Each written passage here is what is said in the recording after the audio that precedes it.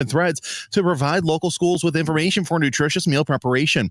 Learn more at anthem.com/fever. Anthem Blue Cross and Blue Shield is the trade name of Anthem Insurance Companies, Inc. I'm Jeremy Scott with Traffic on the Fives. Follow us on Twitter at WIBC Traffic.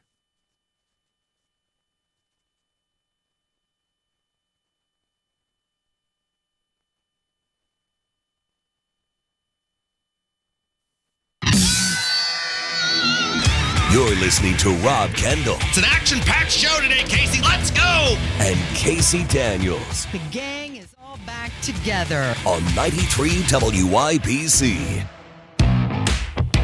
Good morning. It is Thursday, June 1st. It is 5 minutes after 9. You're listening to Kendall and Casey on 93 WIBC. Shall we talk about the Fiscal Responsibility Act? Why is it they always name it what it isn't, what it's not? Let me say that again. What? They always give it a name of what it isn't. Okay, so it passed yesterday, 314 to 117, got support from both sides, or should we say it didn't get support from both sides. More Democrats voted for this than Republicans. Yeah, this is a Democrat-led bill. So again, let's review what happened last night. The Republican Speaker of the House, Kevin McCarthy, who Jim Banks voted for 15 consecutive times. We'll get to Jim and his no vote yesterday in just a moment. But the Republican Speaker of the House, who promised for months on end to be a change agent, to bring fiscal responsibility to Washington, to lead us out of inflation, teamed up with the Democrats and Democrat votes to pass a debt ceiling bill that will add trillions of dollars to the national debt. It will increase spending, and it was approved 100% signed on by Joe Biden. Yep. That's what happened. End of story. I mean, that was what took place last night. Now, what's fascinating is that all but one of the Indiana Republican delegation, well, let me rephrase that. Seven of the nine. Seven of the nine. Let me rephrase it. 7 of the 9 representatives from Indiana did not oppose this bill. I'm trying to make sense of what Jim Banks did last night was so ridiculous and egregious. He missed his vote. Yeah. Jim Banks missed for all the. I'm sorry that was confusing for people, but it is confusing to explain it because Jim Banks didn't do his job last night. Jim Banks simply did not vote on this bill. For all the bravado and bullcrap, and I'm against it, and I'm a fiscal conservative. And he was. I don't know if he was looking at himself in a mirror. I don't know if he was doing a television interview. I don't know what he was doing, but he didn't vote. So there are 7 Republican representatives in Indiana. There are 9 total representatives, 2 Democrats, 7 Republicans. 5 of the 7 voted yes. I'm sorry, Jim Banks screwed all of this up because he didn't do his damn job. Okay, so 5 of the 7 Republicans voted yes. So it's the usual loser suspects, the people who we expect. It's Yakum, it's Baird, it's Bouchon, it's a professional office hopper, Aaron Houchin. It's Mike Pence's loser brother, Greg Pence. So those 5 voted yes to raise the debt ceiling, to add $4 trillion to the national debt, to get almost no concessions. Then Victoria Spartz, who we'll hear from in just a second, she voted no. Right. And then Jim Banks, for who knows what reason, failed to vote. I would say that he's MIA, but that means missing in action. He was missing in inaction. They issued a statement on it that he walked up there after the vote and said, I want everybody to know that I'm against this. Yeah. Well, Palsky. Great. Why didn't you vote? But you weren't there. I mean, it was the most bizarre thing. And so then Mervan, who's the Democrat from the region, voted yes. And then Carson, the Democrat from Marion County, voted no. So 2 of Indiana's 9 representatives voted no. Only 1 of Indiana's 7 Republicans voted no. And that's Victoria Spartz. I'm sorry that was confusing. But again, Mr. Tough Guy didn't bother to show up and vote. So he made that very difficult to explain to people. He also didn't call me back. What? I know. And he was on with Tony Katz, but, Jim Banks is a fraud and a failure. Casey, I'm at work today. Yes. You're at work today. Clearly. You know why? Because if we didn't show up to our job, if we didn't do our job, we would be fired for not doing our job, which is to broadcast radio every single day. That's how it works in the real world. Apparently, if you're Jim Banks, and it doesn't matter that you spend your whole day doing interviews. He was on Whoa, he was on with Tony, he was flapping his flap. Now, of course, he never acknowledged we're in this position because he supported Kevin McCarthy 15 times. He never takes the ownership on that. Well, this is a bad deal for the American people. Well, how do you think we got here, buddy? He never acknowledges that. He has time to do all that all day, flapping his gums, TV, radio, whatever, about what a conservative he is. But he didn't do his job. Yeah, it's like he could hold the reservation. He could take the reservation. He just didn't hold the reservation. I mean, Jim Banks is now a Seinfeld character. Okay, and the statement that was released, they said the vote closed as the congressman was walking onto the floor. Do we need to put a GoFundMe together and get him a watch? What a loser. What a complete... I mean, these all people... He registered his no vote with the House clerk. Okay, great, but it doesn't count. You're right. It doesn't matter? It doesn't matter. He was no more beneficial last night than I was. You or I might as well have just been in that spot because he didn't do his job. They're saying that he made it clear that he was opposed to raising the debt limit. Rob, I've made it clear that I'm a fantastic broadcaster. But guess what? If I'm not here to broadcast, nobody knows it. Yes, so we're going to hear from some audio. And just for those of you watching on YouTube, it does say Hammer and Nigel still today. We're having a little problem with the YouTube feed. So if you're looking for us, it will still say Hammer and Nigel, but it is us. So if you're saying, well, where are Kendall and Casey? That's why. Anyway, just to make that clear, it's no one's fault. We're trying to figure it out. Some gremlin in the YouTube feed. We'll get it figured out. All right, so let's hear from people telling us what a disaster this was. We will start with Matt Gaetz. He is a representative from Florida, and he says this is a massive win for the Democrats. The dollar loses its position as the global reserve currency, then every American will actually feel the impact of this debt. Yeah. Right now, we feel it through inflation, but politicians are able to divorce themselves from the actual accountability. And I would suggest that this legislation might actually be worse than a clean debt limit increase, because if you lash the permitting reform that establishment Republicans are championing to the Green New Deal tax credits that now Joe Biden gets to cement in and extend for years, that actually what you're going to be accelerating permitting on, more wind farms, more solar. And that is going to distort the energy market more and make the problems worse that people sent us here to solve. Mm-hmm. And another thing, they've been hanging their hat on this work requirement, right? Yes. Well, the CBO, the Congressional Budget Office, they did an analysis, and they said that that's going to grow spending by $2.1 billion.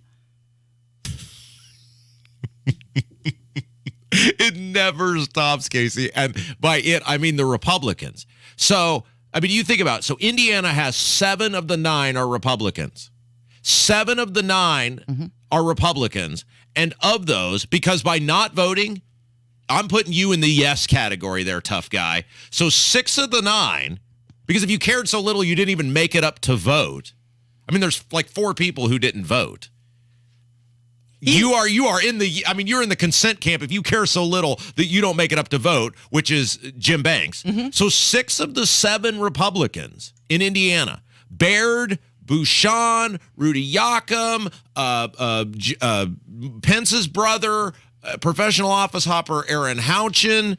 I mean, they all just, sure, that's fine. Add $4 more trillion to the nation's debt. We don't care about you at all. You know why? Because they fear, and I keep talking about this all the time on the state level, and it's so true on a national level.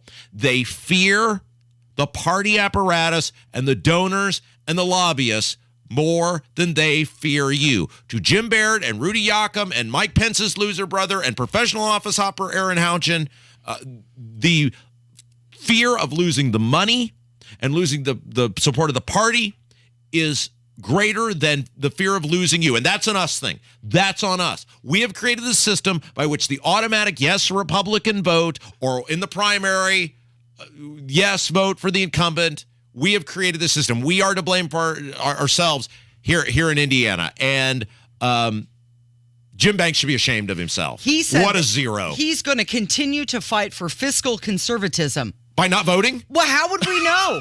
How would we know? This is the guy who wants to be a senator. He wants to represent the entire state now, not just his district, not just Northeast Indiana, but all of us, right?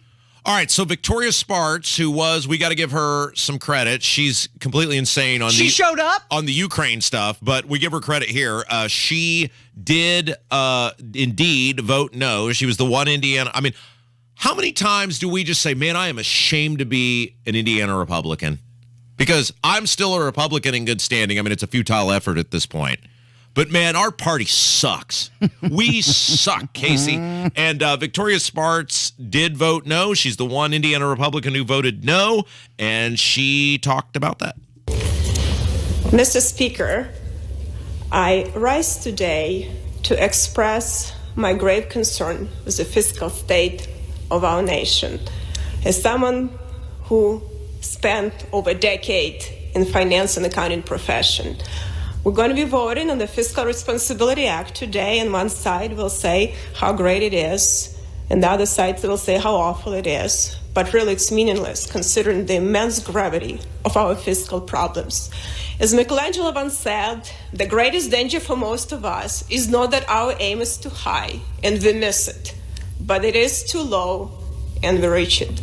Unfortunately, this Congress is not setting this aim high enough for all of the peoples that died for our republic and for future generations. I hope we'll have a backbone to do it someday. I yield back.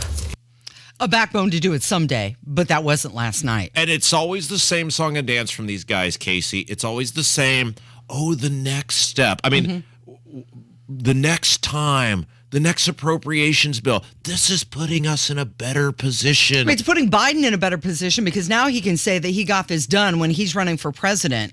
And McCarthy even said, I think we did a pretty dang good thing for the American people. You got Schumer out there saying this has been a good vote in the House. You got Biden thanking McCarthy, saying, hey, he negotiated in good faith. You got McCarthy saying this is good for the American people.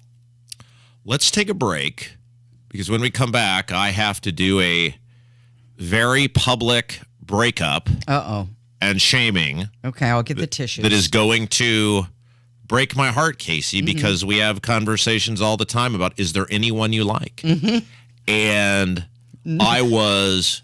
That answer is no now. mortally wounded yesterday by someone that I have many times spoken very highly of, that I've gone to bat for, that I've told people was a very brilliant person. And they, too, betrayed America yesterday. And so on this show, we own our baggage. And I have let our audience down by going to bat for this person. So there will be one less person in the Rob Kendall supports very small group. We're having a breakup when we come back. It's Kendall and Casey on 93 WIBC. Hammer and Nigel. Greased up naked Florida man, 2 counts of burglary, 3 counts of battery on a law enforcement officer, so he fought with police. But the fact there was battery on an officer and resisting arrest means that one of those brave police officers in Florida had to fight this naked lunatic. And he's got things swinging and flying, and he's greased up too. Hammer and Nigel, weekdays 3 till 7 on 93 WIBC and WIBC.com. These are emails filling your employees' inboxes, downloads beaming from device to device. And any one of them could be a cyber attack. Is it possible to keep your small business safe? It is with Comcast Business Security Edge. It helps keep your connected devices protected, and you can monitor threat activity in real time. So this security threat is the last thing you need to worry about. With Comcast Business, advanced security isn't just possible, it's happening. Get started with fast speeds and advanced security for $39 a month for 12 months with no annual contract. Plus, ask how to get up to a $500 prepaid card with a qualifying gig bundle. Call or go online today to learn more. Offer ends 7/23/2023. Restrictions apply. Requires paperless billing and automatic payments. New 100 megabits per second internet and Security Edge customers only. Equipment, installation, taxes, and other fees extra and subject to change. After 12 months, regular rates apply. At Lowe's, we're always bringing pros more ways to save. Right now, get the new and exclusive Little Giant A-frame 6-foot step ladder for an everyday low price of $129.98. Plus, at Lowe's, count on getting the quantities you need when you need them. From drywall to lumber, roofing to concrete, wires to connectors, find it all in one stop. Lowe's knows savings. Lowe's knows pros. Selection varies by location. While supplies last, see sales associate for details, excluding Alaska and Hawaii. Guy Relford here. Time again for the Indy 1500 Gun and Knife Show this coming weekend at the State Fairgrounds, Friday, Saturday, and Sunday. There's never been a more important time to exercise our rights as true Americans. It's the Indy 1500 Gun and Knife Show. See the best in sporting, hunting, and personal protection gear, plus great displays of Americana. Come see us this weekend at the Indy 1500 Gun and Knife Show, Friday 2 to 7, Saturday 9 to 6, and Sunday 9 to 4. It's the Indy 1500 Gun and Knife Show. See you there. If you're a Medicaid member, you should know guaranteed coverage is coming to an end. Keep an eye on your mailbox for important information from Medicaid. When you receive it, go online and enter your updated information to maintain your coverage, or to find other coverage if you're no longer eligible for Medicaid. Keep your health and keep your coverage. Learn more at fssabenefits.in.gov. It's getting hot. Need AC service in Johnson and surrounding counties? Call Marshall Mechanical Heating and Cooling, your independent American Standard Air dealer. Call themarshallnow.com. You're listening to Rob Kendall. It's like a jackal from hell. And Casey Daniels. Oh, hot. Want to touch the hiney. On 93 WIBC. 21 minutes after 9, you're listening to Kendall and Casey on 93 WIBC. How do you just not vote? He just didn't. He was not there. Do you think he was in the bathroom? Yeah. Like, seriously, where was Jim Banks yesterday? So we're talking about, if you missed the opening segment, Jim Banks, fake internet tough guy who also real tough with friendly media who will not come on this show. Yesterday, flapping his gums all day, not acknowledging that we're in this position because he wouldn't stand up to Kevin McCarthy and vote against him as speaker. Usual big tough guy approach about how he's against the debt ceiling and blah, blah, blah, blah, blah, blah, blah. Never mind that he enabled it to happen. He missed his vote. Do you think that we have a right to know where he was? Absolutely. Because there has to be some sort of thing. There has to be these people have special rules all the time. If, as you said, Banks is in the can, you know, right? Banks ran out of toilet paper. Embarrassing, but he will be in 5 seconds. There has to be some sort of, whatever. This is one way to keep it off his voting record, right? Well, that's what this is about, right? I mean, there's no way you don't deliberately miss a vote of this magnitude. So either Pretty Boy was looking at himself in the mirror, or was looking at himself on TV, or talking to somebody on the radio, and that was more important to him than getting his butt down there and casting a vote on the American people's behalf. How do you miss the vote? I mean, what does that look like? Seriously, because they put out this statement saying the vote closed as the congressman was walking onto the floor. Like, what? Oh, I'm late? Did I miss it? He knew exactly when it was going to happen. Right, absolutely. He was just a no-show. And it wasn't like, if it was, hey, there was a family illness or the congressman had a seizure or, whatever, that would have been what they put out. Yeah. Okay, fine, but that's not what they did. He missed the vote. He had time. There was no emergency yesterday when he was flapping his gums on Whoa or with Tony or whatever else about how great he is and how fiscally conservative he is. He didn't want to vote on this because he knows in his heart, he's going to have to own it. Yeah, he owns that his first vote of any significance is against the guy that he told us how great he was. Jim Banks lied. It's not that he was misinformed. It wasn't that he didn't know. It wasn't that he was wrong. Jim Banks lied to everyone about Kevin McCarthy. Now, the rest of these jokers, Bouchon and Baird and Yakum and professional office hopper Aaron Houchin and Pence's brother, we know what they are. Right? They've never professed to be better. Those people are complete losers. Jim Banks has always professed to be different. He is no different now. Same guy, same empty suit, and you can look for it when Jim Banks is elected to the U.S. Senate because he's going to waltz in there because he played his cards right with the establishment and didn't anger them. He's going to be U.S. Senator. Get ready for Todd Young 2.0. That's exactly what happened. Get ready, Bal. You're in for a problem. He didn't anger the establishment by voting against it, although he's going to tell everybody here in Indiana that he's opposed to raising the debt limit, and he's going to continue to fight for fiscal conservatism, although he wasn't in a fighting mood last night. Casey, real quick, I'm sorry, I totally hijacked the segment. I'm just so enraged at Jim Banks' behavior. I'm so disappointed in Jim Banks' behavior. Do you want to do the trending stories, or do you want me to do my breakup? And whichever way is fine. I want you to break up. You want to do it now? Yeah. Okay. Yeah. Okay. All right. If you're feeling it. Well, no, it's do you fine. need a minute? We gotta look, this show is wildly popular because we tell you the truth. And that means that we own our baggage when we make mistakes. What is it, that 3-step process? Yeah. It's admit the mistake, Yes. apologize for it, take corrective action. What are the 3 again? I'm about to do all 3 of them. You are? Yeah. Admit the mistake. Yes. Apologize. Yes. Take corrective action. Okay, so admit the mistake. Yeah. I have made an egregious mistake on this radio show by repeatedly telling people that Thomas Massie was someone worth admiring and someone one of the few we could believe in.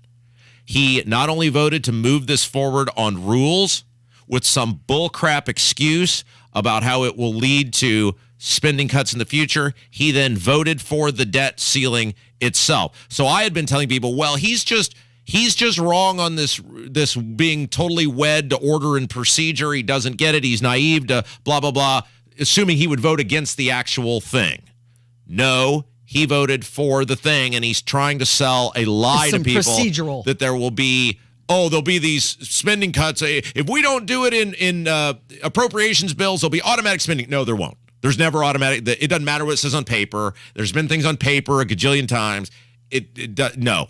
You're in on this now. So Thomas Massie owns the $4 trillion we just added to the debt. So what's the first one I'm supposed to do? So you admit the mistake. So I made a terrible mistake telling our audience that there was someone to believe in Thomas Massie. Okay, number 1. Number 2, apologize. I am sorry because, look, it doesn't matter that I feel pressure from people to be nice to people because, well, Rob is just negative about everyone. You have to find something you're for.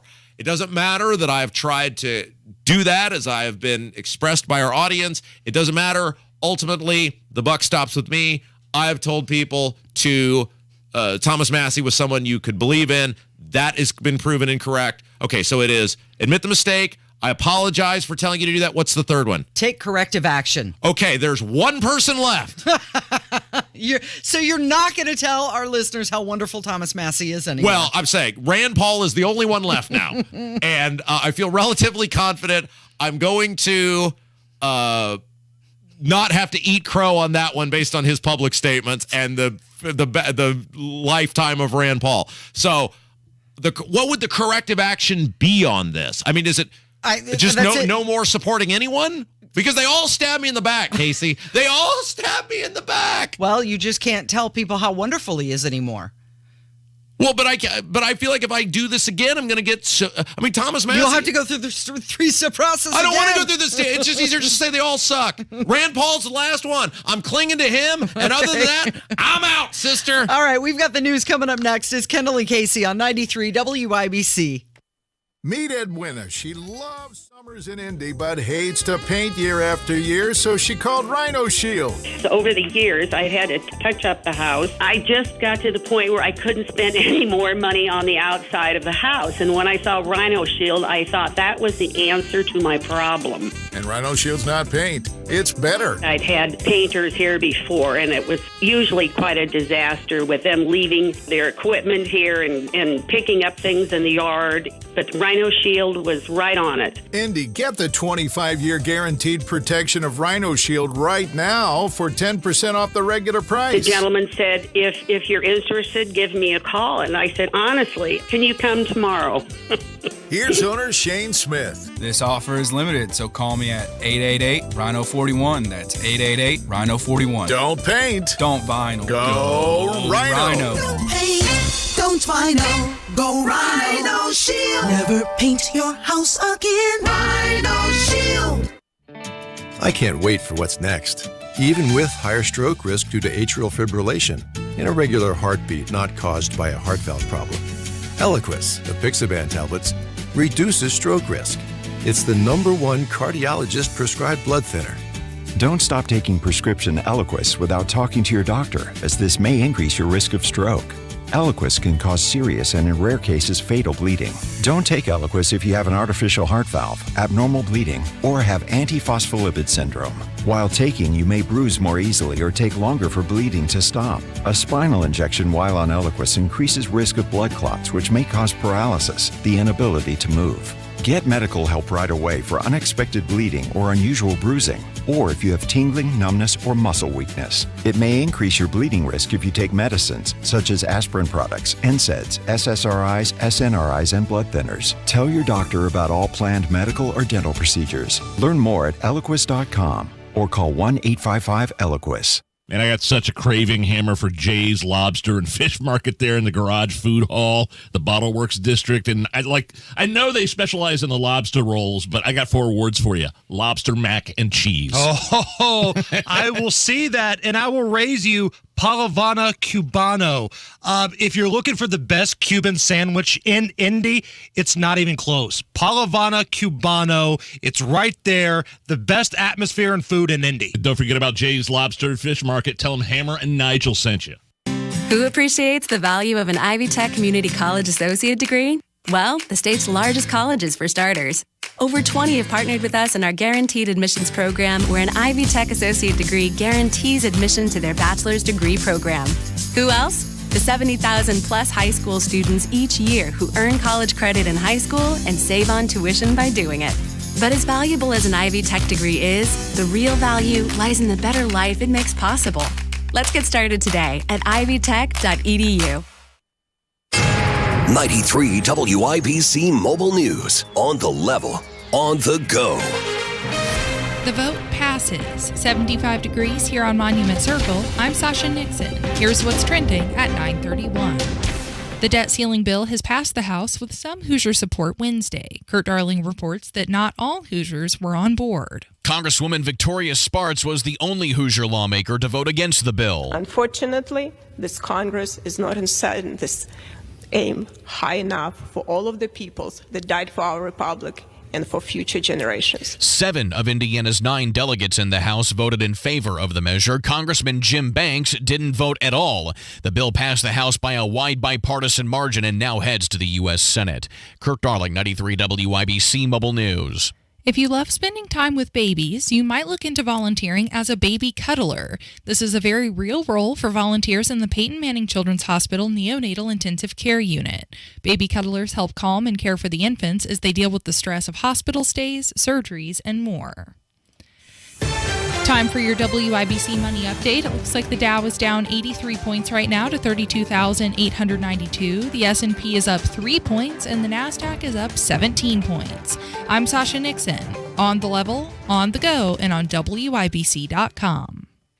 It's prime home selling season, and right now, home buyers are actively looking. Mortgage rates moving lower. Now is the ideal time to get your home sold for maximum dollar. Make that smart choice. Hire the guy, the agent I recommend, Mark Dietl. Perhaps you're worried about needing costly repairs or upgrades in order to sell your home. Mark Dietl has an awesome guarantee. He guarantees your home sold at an agreed-upon price and deadline, or he's going to buy it. Need further proof? Listen to what one couple in Indianapolis had to say about working with Mark Dietl. We had another child on the way, and we needed a bigger home. We hired Mark Dietl, and he launched this amazing marketing plan that sold our home in a couple of weeks for an amazing price. Plus, Mark's team found our new bigger home all in less than a month. Call the agent I trust and recommend for the details. Mark Dietl guarantees your home sold or he'll buy it. Call Mark Dietl, 317-755-4232, or go online to markdietl.com. That's Mark, DIETEL.com.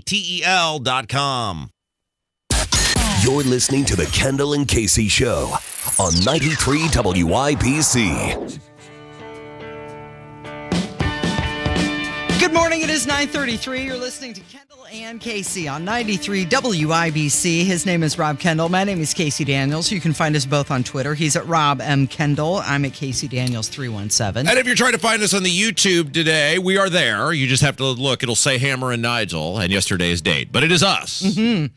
Here we are, not looking anything like Hammer right or Nigel. And by the way, real quick, we're going to get into Mike Pence here in just a second because I am so excited that he's running for president. Yeah, me too. Can we say a big thank you to, I'm holding this up now on the YouTube chat for those of you who are popped on there. Listener Drake sent us, superfan Drake, these very fabulous, what are the names of these things? What do you call these little guys? I was going to say a cup, but it's something you drink your beverage out of. Yeah. But it is wrapped in the Kendall and Casey masthead logo. These are just the most fabulous thing ever. I'm spinning them around now on the YouTube chat. I like the shape. It's not too wide. It'll fit nicely in the cup holder. We love you, Drake. Thank you very much, and congratulations on your forthcoming child. That's amazing. 9:34. All right, let's talk about Mike Pence. He's announcing that he's announcing. I love this. I'm announcing that I'm going to announce. Yes. Going to let you know that I'm going to let you know.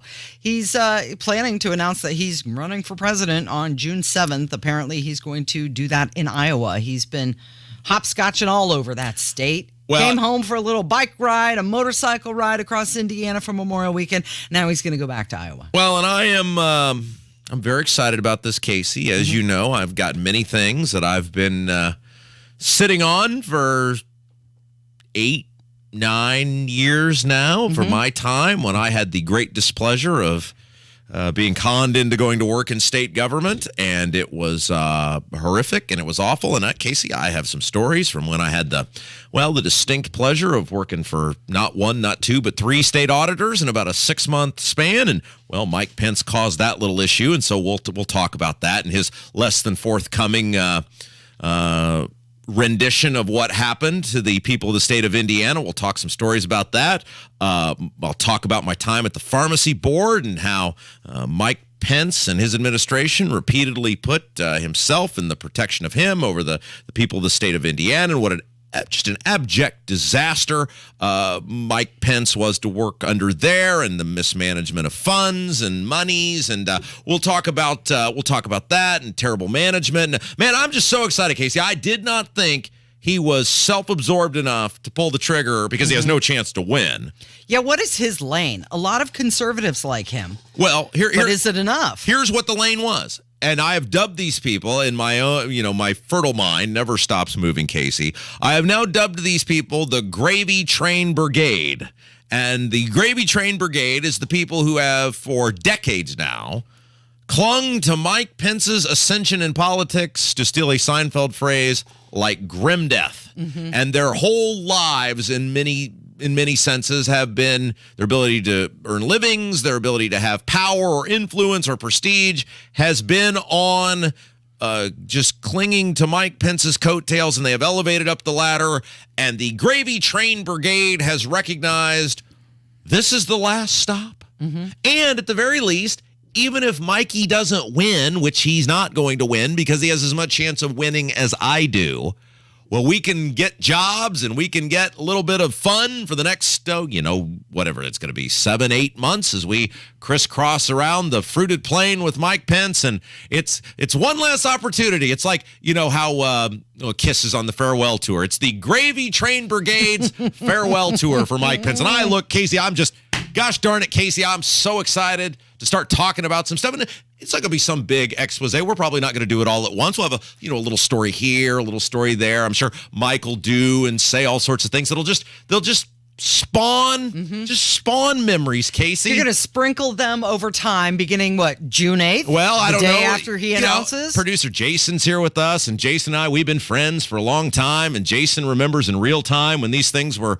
going on, and I told Jason, I said, well, gosh darn it, Jason, there's going to be a day where I'm going to be able to tell a lot of these stories, and Jason nodding in agreement there. I saw that, he remembers the stories and the stuff, and I've got a lot of it documented, and I've hung on to some stuff for, years and years and years. I'm going to dare Mike Pence when I tell some of these stories to waltz out and say these things didn't happen. Because, Casey, I believe in people especially when they're in the public service and they're not necessarily forthcoming with the people that they represent. I believe in comeuppance, and I believe in people getting what they deserve, and I'm so excited, Casey. So you're excited not for his run, but to share stories. It's going to be story hour, and they may pop up one story here and another story there, and So it's going to be great. This is a growing field now of more and more people entering this race. So you've got Trump, you've got DeSantis, you're going to have Mike Pence. Chris Christie is teasing a run. You've got Tim Scott, you've got Nikki Haley, you've got Vivek Ramaswamy, you've got the guy from North Dakota, Doug somebody. Doug, what's his face? Am I missing? I'm sure I'm missing some people. Well, you've got Asa Hutchinson. Oh, right. The former governor. I knew I was Mississippi? missing somebody. Yes, or Arkansas or somewhere. But so Donald Trump, he's been attacking everybody lately, and he's been having a really good time attacking Ron DeSantis. What do you think will happen when Mike Pence officially gets in the race? Well, here's the thing, and I am another thing I'm so excited about, in addition to tell, my little stories that might be of interest to, some people who've worked in politics in Indiana for a real, long time. Though maybe some names come out there that people recognize, and we'll go way back in the time machine, is that Mike Pence is going to have to stand on a stage with Donald Trump. Right. And I've been a little critical of Trump's approach to his fellow human beings. I can assure you, Casey, at no point will I be critical of whatever approach Donald Trump takes to Mike Pence on a stage with him. Gosh darn it, Casey, I'm just so looking forward to that. I can't wait. I'm sure Mike Pence feels like he's got a lot to say, too. Well, or he wouldn't do this. Well, why would he put himself in that position unless he's ready to answer the questions? And here's two things I'm really looking forward to Mike Pence answering, because gosh darn it, he's just a really great guy, Casey, who's just totally above approach, and no doubt he'll be sprinting to the nearest podium to give clarity on these two things. Is number one, and I think it's a very fair question, if indeed there was nothing that Mike Pence could do about the election, if there was just, it was just a fait accompli, and I'm just a ceremonial guy, and I don't have any power here, and I'm just, rubber stamping, just a babe in the woods, just Mr. Naivety. Why, just days before January 6th, Casey, did he stand on a stage in Georgia in front of thousands of people? It's not like it was just, the three of us, you and me and Jason with Mike Pence. He did it on national television. The cameras were rolling. There were thousands cheering. It was, a rally for that runoff in Georgia, and he said, maybe we'll find that for tomorrow and play that for everybody. You can find it readily on YouTube, saying, boy, he's got a lot of concerns, and they're really going to dig into it, and we're going to get to the bottom of what happened on Election Day, because I got a lot of concerns. And the crowd was cheering and applauding. If indeed, Casey, he had concerns. Yeah, and he was but if he was just a ceremonial figure, why would he be, well, I don't want to use the word betraying, and maybe misleading might be a better word. Why would, if he indeed had these concerns and there was nothing he could do about it, why was he misleading those thousands of hopefuls in Georgia that he was going to get to the bottom of it and do something about it? That's question number one.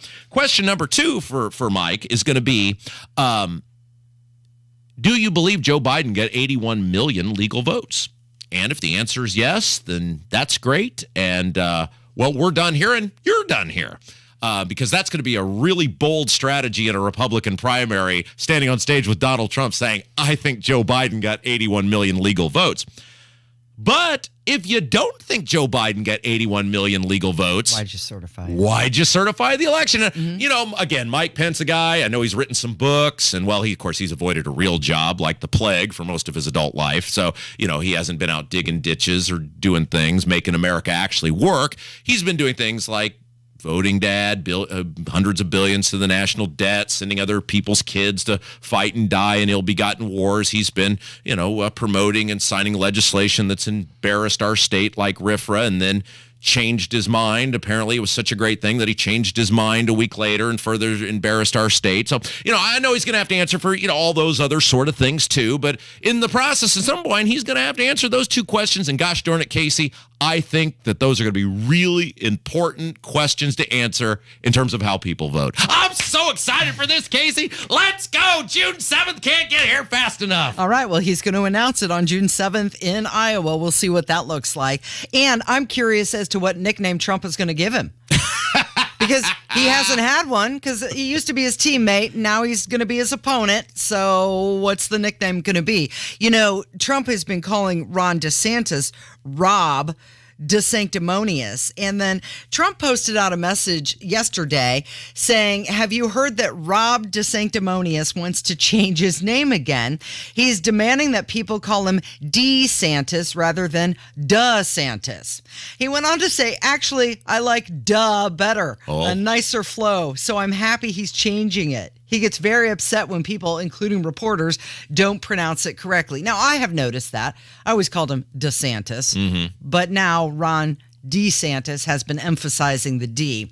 But Ron DeSantis has been in Iowa, and he said he's going to start responding to Trump attacks, and he's not going to back down, and he's going to start to counterpunch. In the middle of this, there was a Harvard-Harris poll this month that found that 53%. No, I think that's John Kirby. So you talked about changing your tone a little bit with former President Trump. I don't believe you mentioned him here by name tonight, but does this mean you're going to be a bit more aggressive with campaigning against him? So look, I'm going to respond to attacks.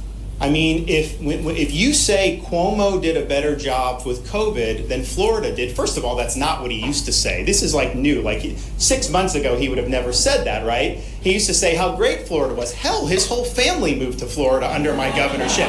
Are you kidding me? So some of this all right, stuff, we got to get to a break. When we come back, if someone is saying that, Jim Merritt going to join us. Yeah. He's known Mike Pence for 45 years. We're going to talk about what sort of president he thinks Mike Pence would be. You're listening to Kendall and Casey on 93 WIBC. Coming up on Tony Katz today, the debt ceiling deal goes to the Senate, and they don't seem too happy at all. That's after the news at noon on 93 WIBC.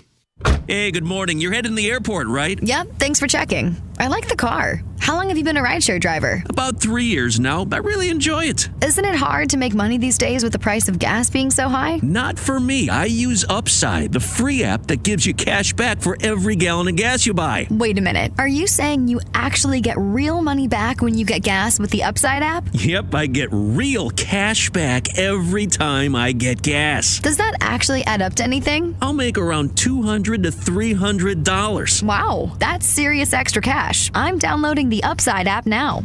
Download the free Upside app now to earn real cash back every time you buy gas. Use promo code TIRE for an extra 25 cents per gallon bonus on your first tank. You can cash out anytime right to your bank account, PayPal, or a gift card for Amazon and other brands. Just download the free Upside app and use promo code TIRE for a 25 cents a gallon bonus on your first tank. That's code TIRE. Jessica, this is the happiest day of my life. Right up there with the day I bought my RV and insured it with Progressive. Man, I love that thing. There are a million fish in the sea, which I'm reminded of every time I bring my RV to the lake, but I vow to love and cherish you just as much as I cherish campsites with full electric and water hookups. I'm so sorry. Protect your beloved with an RV policy from Progressive. Take as little as 4 minutes to see what you could save at Progressive.com. Progressive Casualty Insurance Company and Affiliates.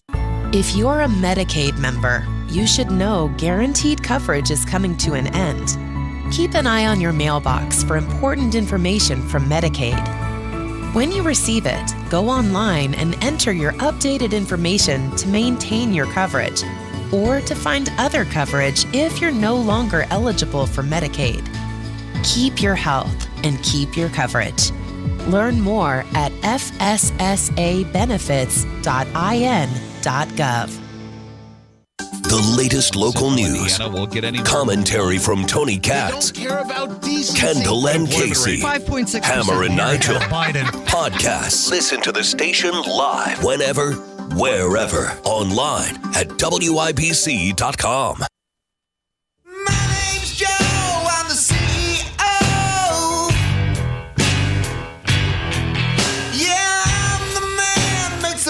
WIBC, it is the Kendall and Casey show. I'm Rob, and guess here. So what sort of president would Mike Pence make, and what sort of campaign is he going to run? I can think of only one guy to answer this question. He has known him, Casey, for more than 40 years. Our dear friend, 30 years in the Indiana Senate, the one and only Jim Merritt. How are you? Good morning, Robert. Casey, everything's well. A lovely Memorial Day weekend, ready to get back to work. Yeah. All right, this is a pretty big deal, right? I mean, you've got a guy, whatever my personal feelings of him are, and I'm very excited. Pence is going to make this announcement June the 7th. As you know, Jim, and I think you may be privy to, while not the intricate details, I've got a lot of great stories about, my time in the auditor's office, working for 3 auditors in about 6 months, and how that all happened, and but the time on the pharmacy board, and some of the just, wonderful things that the Pence and his people did or didn't do. What are you laughing at, Casey? Nothing. I just can't wait. You've been teasing for a while that if Mike Pence announces he's running for president, you're going to open the vault and tell all the stories. I'm just so apparently June 8th, we're going to have story time. Well, I mean, it's not going to be instantly June. I mean, I'm going to spread them out. You know, we got a lot of good stories. Maybe The thing is every day during the week is story time. Fireside chats. Well, look, I believe in transparency in government. I've been just holding on to some stuff. And, Casey, I'm not one to just let things boil up inside me. I mean, for 10 years. But Jim Merritt. So, yes, you have known Pence for years. You told us this story on State House Happenings today. Tell us the time you first met Mike Pence. I think this is wonderful. Well, I was down at Hanover College. My next door neighbor was this fella who had a real interest in politics, and I walked in the Fiji house into a dorm room in the Fiji house, and here's this young man with coal black hair, blue sweatshirt on, white Hanover across the front, and we started talking, and it ended up being Mike Pence, and we've been good friends for since 1978, and I think everybody ought to run for office, and I think if you want to, I think you should put your hat in the ring. And the vice president's going to do that next week. He's got a national following. I don't know what poll he's seeing that he's leading. He's seeing the poll that was given to him, Jim, by the Gravy Train Brigade, whose entire lives are dependent upon Mike Pence getting another job in politics. Right, but I want to look positively on this because I endorse the idea of it may dilute the field against President Trump. Maybe it won't. But I think Tim Scott getting into it and Nikki Haley, I just think that the Republican Party has to put those ideas out there. Now, do I think that the Vice President Pence, is going to be a disruptor? I don't know. But I know one thing is he's a decent man. He knows what he knows. And if you put Mike Pence in a diner in Iowa, he's going to be friends with everybody and probably knows them now anyway because he's been going to Iowa probably since 2012. Yeah, you won a lot of elections, though. Before you made the egregious mistake of running for mayor, you were undefeated, right? I mean, you were you had run the table. You were like the Alabama of state Senate elections. Yeah, eight times, and I'm 8-1, and it was egregious. And if I had to do over again, I'd probably think 30 times before I did it. But this vice president showed a lot of courage on January 6th, and I'm anxious to see how he comes forth with a presidential campaign. Here's the problem with that, though. Jim Merritt, our guest, he's known Mike Pence for a long time. We're talking about Pence's big announcement, the coming up that he's running for president.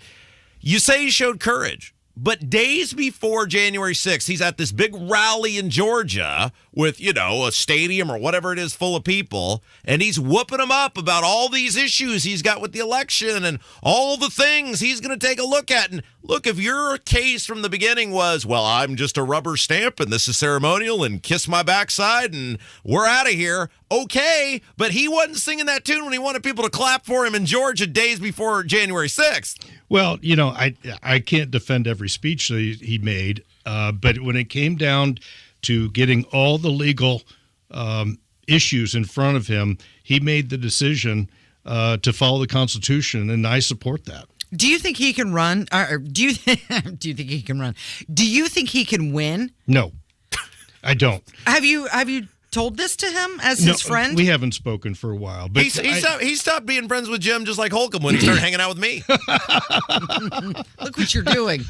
Ruining friendships across the fruited plain. That's what I do, Casey. I think the vice president is going to need like 5 breaks in the next year and a half. And what I hope is all these candidates, including the vice president, if they see that they're just diluting the vote and that there's a strong candidate and one candidate alone come December or January before the Iowa caucuses, I hope they drop out. I hope we get a robust conversation going in the next 6-7 months, and then the party makes a decision, and we have President Trump is the elephant in the middle of the room, and if we have a strong candidate that can talk about the issues, go head to head with him. So we don't, we put the very best candidate against President Biden if he's there, and that's what I hope. I hope we have a robust conversation about the future of our country by the Republican Party. I'm looking so forward to the debates in August. Do you think that he thinks he can win? Like, absolutely. I don't think anybody. He wouldn't run if he didn't think that. I don't know about me in the mayor's race, but you got to laugh, Robert. I mean, the gravy train brigade has snowed him into thinking he's got his chance. You've got to, if you announce and you're putting your body and your soul and your family out there on the tarmac of life, you've got to feel like you're going to win. Yeah. Go ahead, Casey. But you're saying that he has to run a perfect campaign and the other guys have to make mistakes. Yes, a lot like Jefferson Shreve this year in the municipal elections in Marion County. He's going to need breaks. He's going to have to run a perfect campaign. Shreve's going to need Democrats and moderates to come along with him. Pence is going to need he's going to need moderates along with, he has such a following in the Christian right, but he's going to need more than that. A couple minutes left with Jim Merritt talking about Mike Pence running for president. He's known Mike for that would be 78, would be 45 years. Boy, that's neat. You met him when you were 10 years old, Jim. That's really exciting. And I didn't have white hair.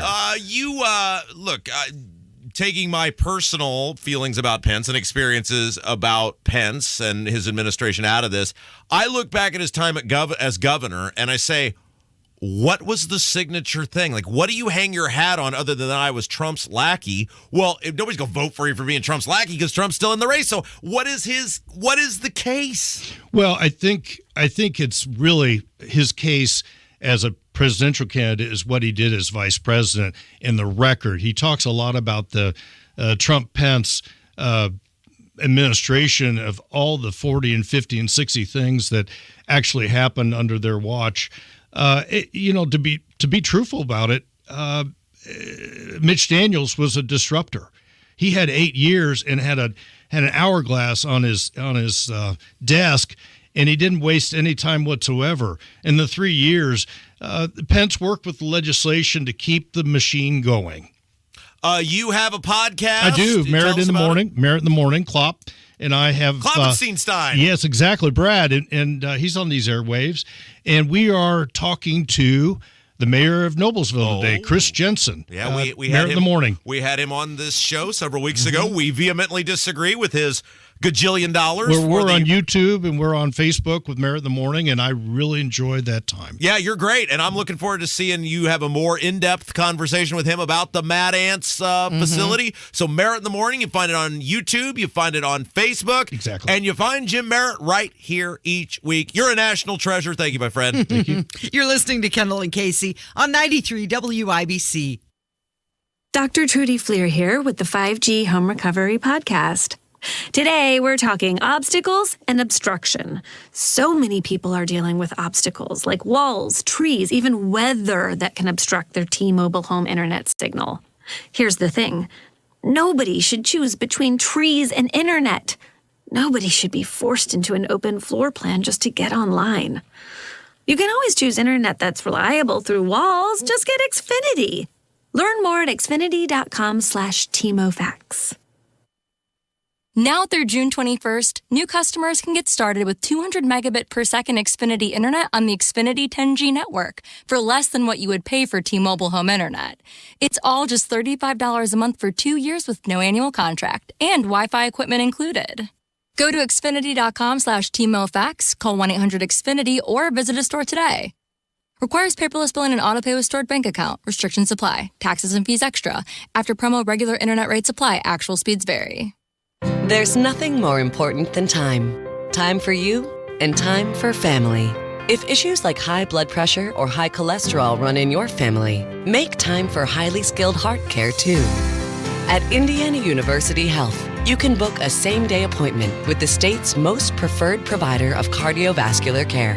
See a top cardiologist today, then get back to what's most important without skipping a beat. Visit iuhealth.org/heart to book your appointment today. Hey, it's JMV. My friend Lance and his crew at LD Smith Plumbing have gotten me out of a jam more than once when I needed a quick, reliable plumbing repair for those pesky clogged drains. I count on LD Smith to provide the best solution to fix my clogged drain. Gurgling noises in your shower, drain, or backups in your sink or toilet. Give LD Smith a call for a free drain inspection. They'll find the clog and offer the best solution to fix it with no obligation to use their services. 317-927-7186. LDSmithPlumbing.com today. Here at the Almond Joy Factory, where tropical vibes abound, we use soft, fresh-tasting coconut. The crunchiest almonds and delicious chocolate candy. Ah, but do you know what our most important ingredient is? Sometimes you feel like a nut. Sometimes you don't. Almond Joy's got nuts and something even way better than that. Yes, Almond Joy is made with almonds and joy. You're listening to 93 WIBC, WIBC HD1 Indianapolis. It's 10 o'clock. Next week, but opponents could slow things down. The majority of House Republicans okayed the bill. Now it heads to the Senate, where Republican Lindsey Graham complains it cuts too much from defense spending. This bill is a disaster for America. It is a big win for China. I'm going to be hell no. If the borrowing limit isn't increased by June 5th, Treasury Secretary Janet Yellen has said the U.S. won't be able to pay its bills. In Washington, Jill Nato, Fox News. An audio recording appears to reveal that former President Trump held on to classified Pentagon documents. The Justice Department is in possession of that recording in which Trump is reportedly heard talking about a classified document about a potential attack on Iran. CNN first reported on that tape. The comments were recorded in July 2021 at the former president's golf club in Bedminster, New Jersey, appearing to counter claims made by former President Trump that he declassified documents he took from the White House. Fox's Jared Halpern in D.C. The House Oversight Committee still plans to vote on holding the FBI director in contempt for withholding a document about Biden family business dealings. During a call with House Oversight Committee Chairman James Comer and Senator Chuck Grassley yesterday, FBI Director Christopher Wray offered the lawmakers the chance to view a redacted version at FBI headquarters. Comer, after the call, making clear that, quote, anything short of producing these documents to the House Oversight Committee is not in compliance with the subpoena. If the FBI fails to hand over that FD 1023 form, the House Oversight Committee will begin contempt of Congress proceedings. Fox's Brooke Singman, that form is used for leads and suspicions brought to the Bureau. There are no reports of any injuries or anything hazardous leaking from a train that derailed in northwestern Minnesota. There was some sort of flammable liquid on board.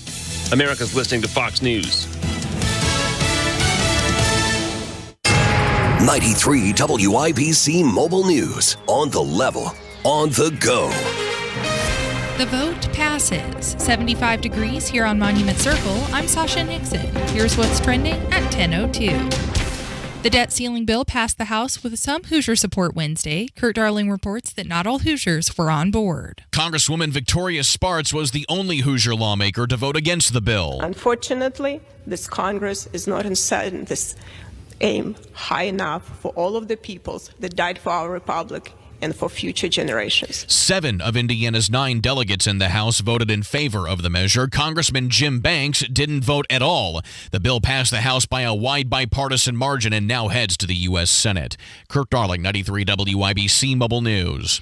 And you'll be hearing from former Indiana Governor and Vice President Mike Pence soon. That's because he wants to be the next president of the United States. I'm John Herrick. He's supposed to give a kickoff speech and release a campaign video on June 7th before taking part in a town hall with CNN in Des Moines, Iowa that day. A source close to Pence says he will campaign in all 99 counties in Iowa before the caucuses. John Herrick, 93 WIBC Mobile News. The Indianapolis Motor Speedway is replacing a fan's car after it was struck by a tire that flew off during a crash at the Indy 500. A woman's Chevy was damaged when the tire came off Kyle Kirkwood's car and went flying over the fence into the parking lot. Now that woman is being given a new car by Penske Entertainment, which owns the IMS track. IndyCar is still investigating why the wheel came loose. It's hard to believe it's been about a year since the last Strawberry Festival, but indeed it has. The 57th annual Indy Strawberry Festival will be held next Friday on Monument Circle. At this popular summertime event, you can enjoy strawberry shortcakes and vanilla ice cream from 9 a.m. to 4 p.m. or until the food is gone. I'm Sasha Nixon, on the level, on the go, and on WIBC.com. The year is almost half over, and you are still dealing with that knee or hip pain. Enough is enough. Pills are not the answer. Surgery is not the answer. You need to call QC Kinetics today. Tony Katz here, and the advanced regenerative medicine solutions at QC Kinetics can give you a life without chronic joint pain. QC Kinetics is the nation's leader in taking healing properties from your own body and applying them right into your achy joint, so your joint tissue can be repaired and restored naturally. Patients across America are having life-changing results, and there's no drugs, no surgery, and no downtime. If you have pain in your knees, back, shoulders, hips, you need to stop what you are doing and call QC Kinetics now for a free consultation. Learn how the latest advances in regenerative medicine can give you your life back. Get started today. Call QC Kinetics for your own complimentary consultation. QC Kinetics is in Eagle Creek, in Greenwood, and now in Carmel. So call 317-559-PAIN. 317-559-PAIN. In Eagle Creek, in Greenwood, and now in Carmel. 317-559-PAIN. You're listening to Rob Kendall. It's an action-packed show today, Casey. Let's go! And Casey Daniels. The gang is all back together. On 93 WIBC. Good morning. It is Thursday, June 1st. It's 5 minutes after 10. It's Kendall and Casey on 93 WIBC. Thank you for joining us. His name is Rob Kendall. My name is Casey Daniels. You can follow us on YouTube if you'd like. However, it says Hammer and Nigel. It does. We're going to get that corrected, but it is us. If you see Hammer and Nigel in yesterday's date, it will pop up as that, but you will see our smiling faces. So welcome, everyone, wherever you're listening from. Let's start off this hour by talking about Ron DeSantis. He's amassed quite a significant campaign war chest. He remains the strongest contender, challenger to Donald Trump. He says if he's elected, he will destroy leftism. At some point, these guys are going to have to quit focusing on each other and turn towards Joe Biden, something that Ron DeSantis has been trying to do. Even though Donald Trump keeps attacking him, DeSantis has said he's going to start responding to the Trump attacks. He's not going to back down. He's going to counterpunch. But there's a new poll out. It's a Morning Consult poll, and it says that nationally, Ron DeSantis, he only gained 2% after announcing that he was officially running for president. Okay, so what's the rule that we've set up here, Casey? You know the rule by which we have set forth for judging how DeSantis is de-doing. And that rule is Father's Day. Yeah. And when we get to Father's Day, so what is he behind in this poll? What is he? It's probably 22% with Trump at 56%. Okay, so Trump's at 56, he's at 22. And this is with GOP voters. So these are people who are already going to vote for someone, most likely in the Republican Party. Right. So he's 34 points, right? That would be 34 points behind Trump right now. 50. I'm doing public school math in the top of my head. That's 34 points.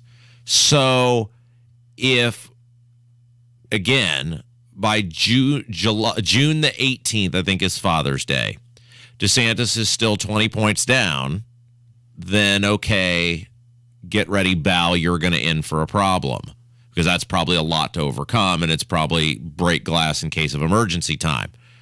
But just like we talked about with Joseph Newgarden and the Indy 500, he didn't start at the top. He sporadically and systematically moved forward and worked his way up. So DeSantis in the first 2 days, May 26th through the 28th, picked up 2 points. Well, if every 2 or 3 days he's picking up 2 points, Casey, by June the 18th, that's easily in that 10 to 15 range, which is striking range. Exactly. It's exactly. Joseph Newgarden was not at the top of the leaderboard 50 laps into the 500. He was still maneuvering his way, but the momentum, his car was clearly one of the superior cars on the track. He was having a good day. He was driving well. His team was operating smoothly. You're looking at these things going, okay, this is a guy who could win the 500. Same thing here. Ron DeSantis is not going to be winning by Father's Day, but if he is systematically and consistently gaining, 1 or 2 points in every single poll that comes out, perfect. Yeah, and he has been doing that because before he even announced he was running for president, he started to shrink that space between them by 10 points. And now that he's officially announced, it's incrementally, little by little, as you mentioned, he is catching up to Donald Trump. Now, when these same people were asked who their second choice would be, yes, whether it's Trump or DeSantis is out on top of that. And that's important because at some point these guys are going to get on a stage together. Or if Trump refuses to get on a stage, that's not going to go well for him. So at some point they will get on a stage together. And at that point, it will be Ron DeSantis' opportunity with nowhere to run and nowhere to hide to prove that he can mano a mano, that he can man up. Because that was the big thing with Trump in 2016. All these guys, and he emasculated some really high-profile politicians. He did it to Rand Paul. He did it to Ted Cruz. He certainly did it to Marco Rubio. He obviously did it to Jeb Bush. And I think those guys lost a lot of support because people said, well, if you can't stand up to Trump, how you can stand up to Hillary?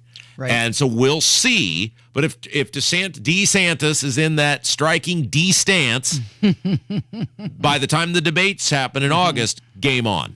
Okay, now in a hypothetical rematch between Biden and Trump, they were tied, dead even, 43%, according to this poll. 10% of people said they'd vote for someone else, okay?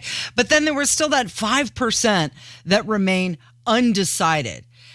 And that's the one I don't understand. How can you, if it's a hypothetical between Biden and Trump, how could you be undecided in that? Because we've talked about this, and this is when the people who call and get mouthy, on the whole, when we tell you there are millions of people out there who know what Joe Biden is, but because they vote on their feelings, cannot stand Donald Trump and his behavior, which they believe is highly egregious for someone ascending to the level of the presidency. Those are those people. And this is what amazes me is these people who listen to our show will try to act like those people don't exist. They show up in every single poll. You don't have to agree with it, but their vote counts. And if you want to win, don't be mad at the radio guy. I'm just relaying the information that's in the poll. These people show up in every single poll. Yes, it's ridiculous that that's how they vote, but their vote counts the same as yours. So you can either keep going, no, that's stupid, and not get the vote, or acknowledge they exist, and yes, it's stupid, but try to get the vote. Trump's not getting that vote. There's also the others in this poll, and I don't know why, but they keep adding her into it. Liz Cheney is getting 2%. Yes, isn't that wild? I mean, Mike Pence is getting 5%, Nikki Haley 4%, Tim Scott 3%, and Kristi Noem, who I don't believe she's not running yet. She's running for president. She's not committed. But Liz Cheney's getting 2%. And of course, the someone else option is receiving 1%. It's 12 minutes after 10. It's Kendall and Casey on 93 WIBC. And let's get everybody up to date with what is going on with Jim Lucas. Of course, he's a Indiana State Rep, House District 69. He's been serving in office since 2012. Well, he was arrested on charges of driving while intoxicated, also abandoning his car after a crash. The actual sheriff's office lists the following charges: motor vehicle operating while intoxicating, endangerment, motor vehicle leaving the scene of a crash, property damage of a motor vehicle, operating a vehicle while intoxicated. And again, this is according to WTHR, did the reporting on this. There have been some new things that have come out since, obviously, yesterday. We talked about this when it was very fresh. I believe, I'm not sure he had even bonded out by the time we were still talking about this story. Yeah. And so I will just read it from their website, so that way people can not say Rob's making things up or getting things wrong. This is WTHR. State police said they got a call just after midnight Wednesday morning about a car that had gone off the road and crashed down an embankment near State Road 11 and Interstate 65. Police said when they got there, the car was gone and all that was left was a badly damaged guardrail along the interstate. According to police, a short time later, a Seymour police officer found a badly damaged car parked just down the road at a local carpet and flooring business on State Road 11 north of Seymour. That's where they also found Lucas walking nearby. Oh, okay. So that is the official report, as according to WTHR. He was administered sobriety tests by state police, it appears, which is proper procedure when you're dealing with someone who is a lawmaker, is a elected official in a town, because you don't want any sense of impropriety. Okay, it's also being reported that a blood test was performed, but the results are pending for that. We still don't know what those results say. Okay, so I was going to handle this one way when I was planning on coming in today, and because we talked at length about it, and I said, yesterday, as long as Jim resigns and apologizes, because there's so many people yesterday, I can't wait to hear your take on this. I don't want this to happen to anyone, even people who were vicious to me, even people who were terrible to the taxpayers. I don't want that. I want those people to lose at the ballot box. I want them to lose for their actions in office, not for personal tragedies and misfortunes. But yesterday came and went, and we did not get an apology from Jim to his constituents. And that really angered me. And I was prepared to come in here today and handle it one way. And then yesterday I had a long talk with my wife, who is so often the voice of sanity and reason for me. And then on top of that, because God does work in powerful ways, Micah messaged me, and we had a long chat about it. And here's where I'm at with it. Everyone needs to pray for Jim Lucas. Jim Lucas clearly has some very serious things going on in his life. And ultimately, it doesn't matter what I want, because I'm hung up on, look, I'm a taxpayer, and this guy's going to make decisions that affect me. But I think it's absolutely appropriate to give him space to do what the right thing is. And I think most people would agree that a strong apology and then resignation would not be out of line. But ultimately, it's going to come down to Jim Lucas to come to that decision. And everybody knows what he did now. Everybody knows what it is. Everybody knows the mistake he made. The details are going to just continue to come out as body cam footage becomes available. The blood draw becomes available. Yep. Some guy beating him up on the radio because I'm honked off that people like this get to make decisions for me and my family. That's not going to change anything. And so I would encourage everybody to pray for Jim, that he does the right thing, that he does the right thing by his constituency and by the people of the state of Indiana, because ultimately he will know what that right thing is, and that he will get the help that he needs. And I am going to be giving him space to do those things for now. So I'm done with this for now. Now we'll report on if news comes out, etc. But the rage is gone for me, because that's not going to solve anything. And let's give him space for now and hope he does the right thing. And he uses this for good to better the lives of others. Okay, well, you said for now. How long do we wait, though? I don't know what that is, Casey. I don't know what that answer is, because there's part of me that's still upset that he will get to be a state rep even though they're not in session. But ultimately, in the things I have to think about and worry about right now, that's small potatoes, because he's not actually making choices that affect 7 million other people right now. Yeah, I mean, when this news came out yesterday morning, at this point, like you mentioned, we don't even know if he was out on bond, which was set at $705. So he was dealing with a lot. I mean, it is sober up still. And then he's getting all of this stuff out there about it. It's a lot for someone to take in. I'm sure he's probably well aware how irresponsible he was. And what he's going to do now, that's on him. Right. And if we did... And his family. Well, sure, right. And so, my thought process was I figured there would be an immediate apology, and the fact that didn't come out yesterday, that just... It enraged me late yesterday afternoon. But then, through, again, talking to my wife and talking to Micah, my personal issues with this guy should not trump him getting the help that he needs in the immediacy.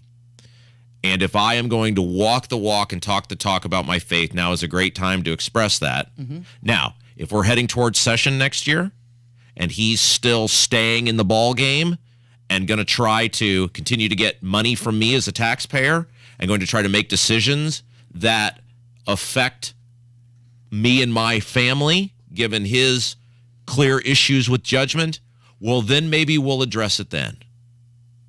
But for now, let's give him the space to do the right thing, and ultimately, hopefully, his constituents, if he doesn't in the near future do the right thing, they will start speaking and trying to hold him accountable to do that. I still think that he should release an apology. Oh, absolutely. And, I think very clearly he should resign. Yeah, give him space to do that, but there's a window. He's got to acknowledge it, in my opinion. Or one of his family members has to. Well, I don't think family members have to. I think he has to. He's the state rep. He's the guy, with much power comes much responsibility. But my point on all this, and I know we're running along, is after those conversations last night, I realized the shortcomings that I was having, even though it's out of passion and wanting to do and create a better government and a better society. And it's not about me, right? I'm a big boy. Fighting with elected officials comes with the territory, and people saying mean things to me comes with the territory, and I don't care about that. I'm just upset that these people get to do things, but that's beyond my control. And in my control right now as a person, as a Christian, as someone who cares about others, is for him to be in a better place and then hopefully do the right things. It is 20 minutes after 10. It's Kendall and Casey on 93 WIBC. Indianapolis 500. And now for the most famous words in motorsports. Drivers, start your engine. Starting to form into perfect formation. Green flag flies. Hits the wall, exiting. Oh my goodness, what a horrible crash. Just 2 turns to go. And it's Joseph Newgarden swinging to the exit, looks to the inside. It's the battle at the start-finish. Congratulations. Joseph Newgarden will win the Indianapolis. From 93 WIBC, your home of the Indianapolis 500.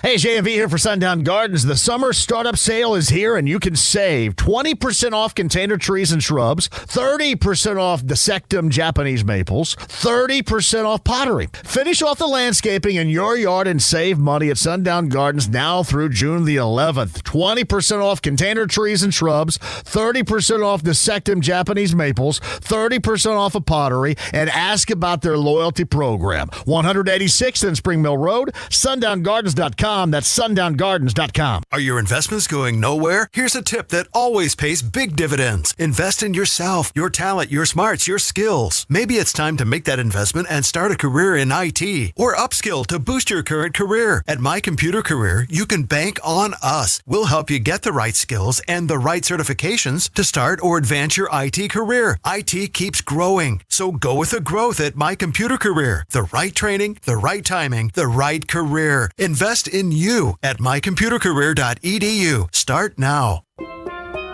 Here at the Almond Joy Factory, where tropical vibes abound, we use soft, fresh-tasting coconut. The crunchiest almonds and delicious chocolate candy. Ah, but do you know what our most important ingredient is? Sometimes you feel like a nut. Sometimes you don't. Almond Joy's got nuts and something even way better than that. Yes, Almond Joy is made with almonds and joy. Go where the pros go. Drexel Interiors for Timberlake Kitchen and Bath Cabinets. Visit Drexel's new design center on 146th Street at River Road or on North Shadeland. DrexelIN.com. You're listening to Rob Kendall. He's just a little crazy. He's a little crazy. And Casey Daniels. Oh, man, she's fascinating. On 93 WIBC.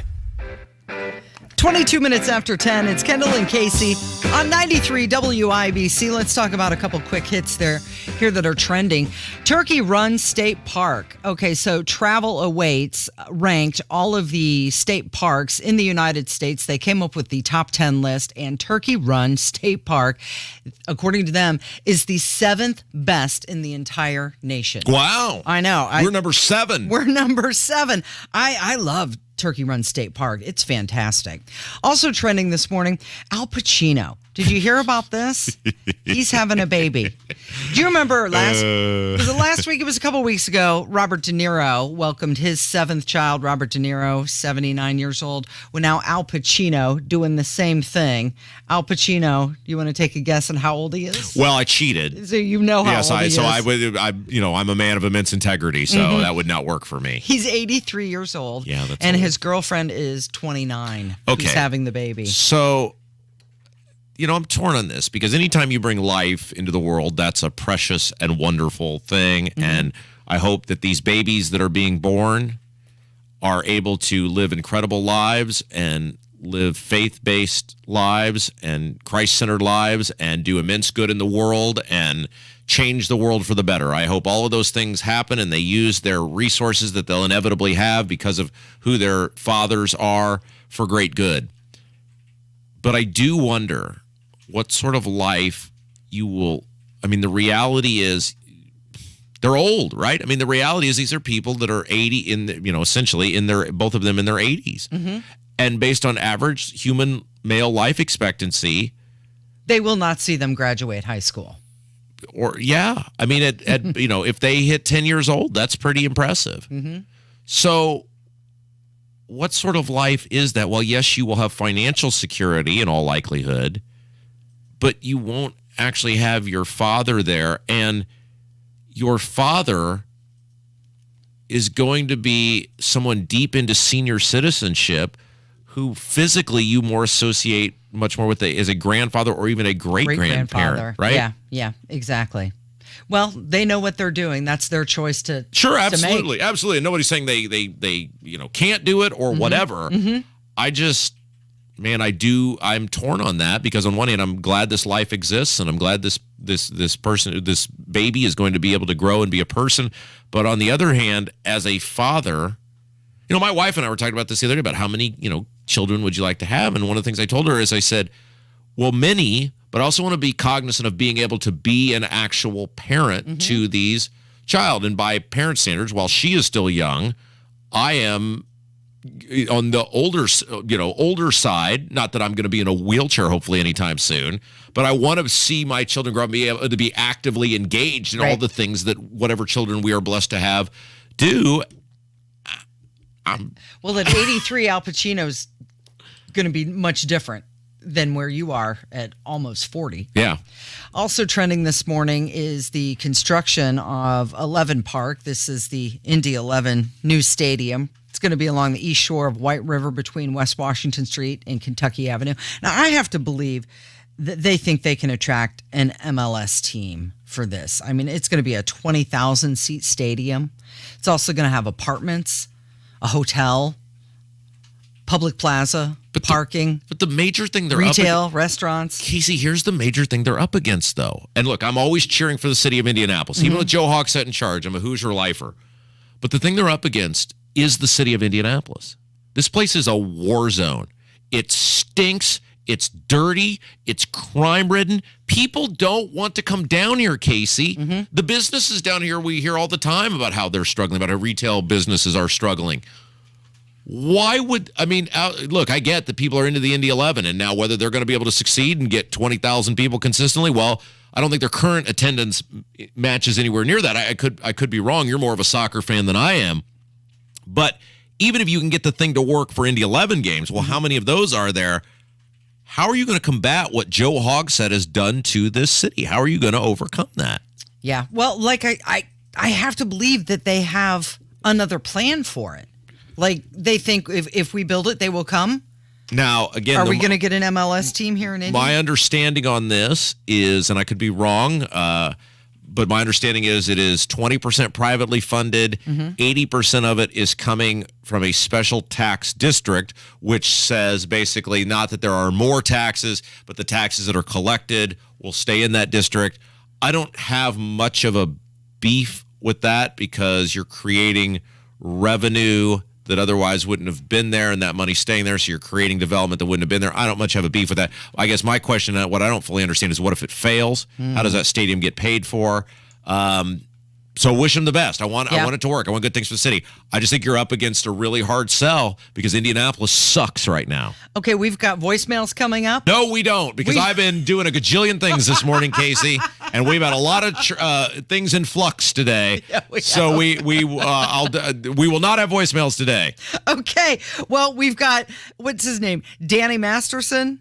Yeah. Boy, he's in big trouble. Yeah, we're going to talk about that. That's on the way from 93 WIBC. Mark loves summers in Indy, but he hates to paint, so he called Rhino Shield. It's a two-story home built in 1992. Around 2001, looking at needing to paint, I heard a radio ad, with a Rhino Shield, you won't have to paint again for another 25 years. That's because Rhino Shield's not paint, it's better. They're very professional. We had everything done. Everything that would typically be painted on a house was done, and it was very fast. All right, Indy, get the 25-year guaranteed protection of Rhino Shield right now for 10% off the regular price. It was done in 2001 and still going strong. From what I've seen on our home, they can easily offer a 25-year guarantee and not worry about it. Here's owner Shane Smith. This offer is limited, so call me at 888-RHINO-41. That's 888-RHINO-41. Don't paint. Don't vinyl. Go Rhino. Don't paint. Don't vinyl. Go Rhino Shield. Never paint your house again. Rhino Shield. Enjoy more summer when you shop at Family Dollar. Beat the heat with low prices and stock your cooler or fridge with great deals like these. Dr. Pepper 12-pack, 3 for $11 after Smart Coupon. Hawaiian Punch 6-pack or 128-ounce jug, just $2.25 each. Gatorade 28-ounce bottles, just 3 for $4. And don't forget the cups. 100 Homeline red plastic cups for just $6.50. Stay cool and refresh your summer with Family Dollar, helping you do more. What is 988? It's a way forward. It's a listening ear. It's whatever help you need, when you need it. The 988 Suicide and Crisis Lifeline offers trained crisis specialists, ready to talk to you 24/7. If you or someone you love is experiencing a mental health or substance use crisis in their life, call or text 988. Want more information? Visit 988indiana.org. It's getting hot. Need AC service in Johnson and surrounding counties? Call Marshall Mechanical Heating and Cooling, your independent American Standard Air dealer. CallTheMarshallNow.com. 93 WIBC Mobile News. On the level. On the go. No time to rest. Up to 80 degrees here on Monument Circle. I'm Sasha Nixon. Here's what's trending at 10:31. No time to waste for drivers in the NTT IndyCar Series after the Indy 500. They turn right around and will hit the streets of Detroit Sunday for the Chevy GP of Detroit. Santanian Ferrucci says he will basically be going into the weekend blind as he has never raced on the new street circuit before. I actually won't be able to see it virtually or run it until we go to practice on Friday. But having taken some laps there in the Tahoe is definitely a lot of fun. Ferrucci finished third in the Indy 500 and says he hopes to capitalize on the momentum from that finish this weekend. The Indianapolis Motor Speedway is replacing a fan's car after it was struck by the tire that flew off during a crash at the Indy 500. A woman's Chevy was damaged when the tire came off Kyle Kirkwood's car and went flying over the fence into the parking lot. Now that woman is being given a brand new car by Penske Entertainment, which owns the IMS track. IndyCar is still investigating why the wheel came loose. I'm Sasha Nixon, on the level, on the go, and on WIBC.com. You're listening to the Kendall and Casey Show on 93 WIBC. From you, Kendall and Casey present Voicemails. Brought to you by QC Kinetics for non-surgical regenerative medicine treatments at 317-559-PAIN. I'm so sorry you have just reached my answering machine. It is 10:32. It's Kendall and Casey on 93 WIBC. The voicemail intro is there, which means we do have voicemails. Yeah, you had a great, because I was like, Casey, look, I've just had a gajillion things going on this morning. We had this recording of State House happenings. We had some other things we were taking care of. Things were a little bit out of sorts technologically. But we do have voicemails because I totally forgotten, and this is why you are the better half of the show, that we had multiple really good voicemails yesterday. That we didn't get to. Yeah. And you, from the ashes, you have salvaged the voicemails. 317-684-8444 is the phone number. We will bring the voicemails back tomorrow. So one of the things we continue to talk about is the COVID, the excuse, what didn't I have a name for him yesterday? For the Trump, the only Trump people who will excuse whatever Trump did during COVID. And this is what amazes me. It's like today, right out of the gate on this show, what did we do? I condemned Thomas Massie's vote on the debt ceiling. Why? Because it sucks and it was the wrong thing to do. And the fact that I really liked Thomas Massie, when our politicians do something egregious, you can't have favorites. You got to call these people out. That's the only way you hold them accountable. And if you start going, well, that was awful, but that's my guy, I can't, or that's my girl, I can't. You're doing a huge disservice. Forgiving them for it. Exactly. Well, yeah, I mean, forgiveness is one thing, but I mean, we got to be able to say, I mean, forgive them as a person, but as a politician, we're done with you. That stinks. That's terrible. It's awful. There's no way you believe that. And yet the only Trump people, no matter how much it gets just put right in their face about what he did during COVID, well, it's not his fault. Well, whose fault is it? Whose fault is it? So we got another call yesterday from the Trump, I don't know, I forgot what I was going to name these people. Anyway, somebody who always excuses whatever Trump does. Robert, I'm a little upset with you right now. 99.9% of the time, I agree with everything you say, but please don't ever get on Mark Levine. However, it might have not been one of the best interviews, but that man knows the Constitution better than 95% of our senators, 95% of our House representatives, and 95% of the United States. Give him a break, relax, so I can go back to loving you again tomorrow. Although I haven't given up on the love.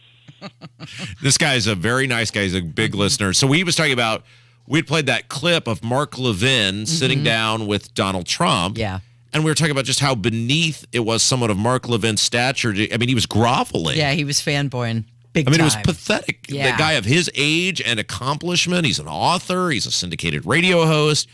I mean, he was just, you're right. I mean, it was way worse than when I interviewed Trump, and I was on the community radio station. I think the audio clip that we played was about 35 seconds long, and the entire clip was just of him with Donald Trump sitting across from him, just gushing over him. And we kept waiting, is he going to ask a question? Yeah. And it took a while. Yeah, it was when we, rightfully said that's not what someone of his stature should be doing, but it is what it is. And look, man, I just don't understand. I mean, right out of the gate today, Thomas Massie did something terrible. Doesn't matter that I've been a big Thomas Massie proponent. These people are voting against us.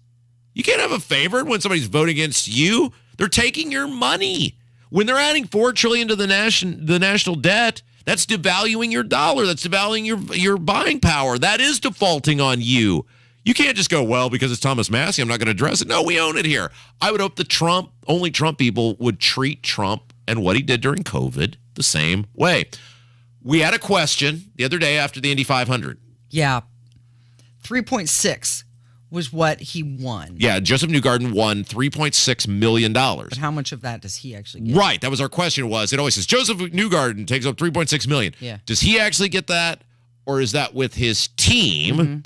you and I, not exactly IndyCar experts, we said surely in our land of somebody knows. A wide variety of listeners, someone would know, and someone did call with the answer.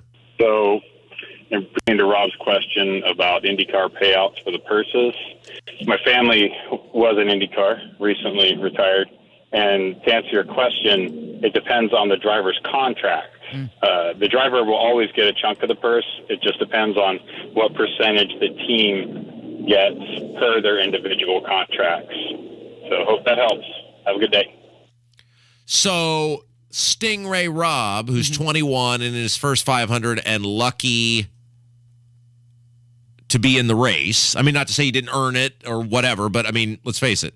He doesn't have quite the options that Renus VK or an Alex Palou or Scott Dixon might have in the future. So maybe that's part of the contract. We make a better deal ski with you to come drive for us. We're giving you a bigger percent of the purse than, you know, again, Marco Andretti might get. I'm wondering if their pole position has anything to do with it, like where they qualify. Because, you know, like in the Big Ten, the coaches, they get X amount of money if they get to a bowl game, or if they win the Big Ten championship, they get X amount of money.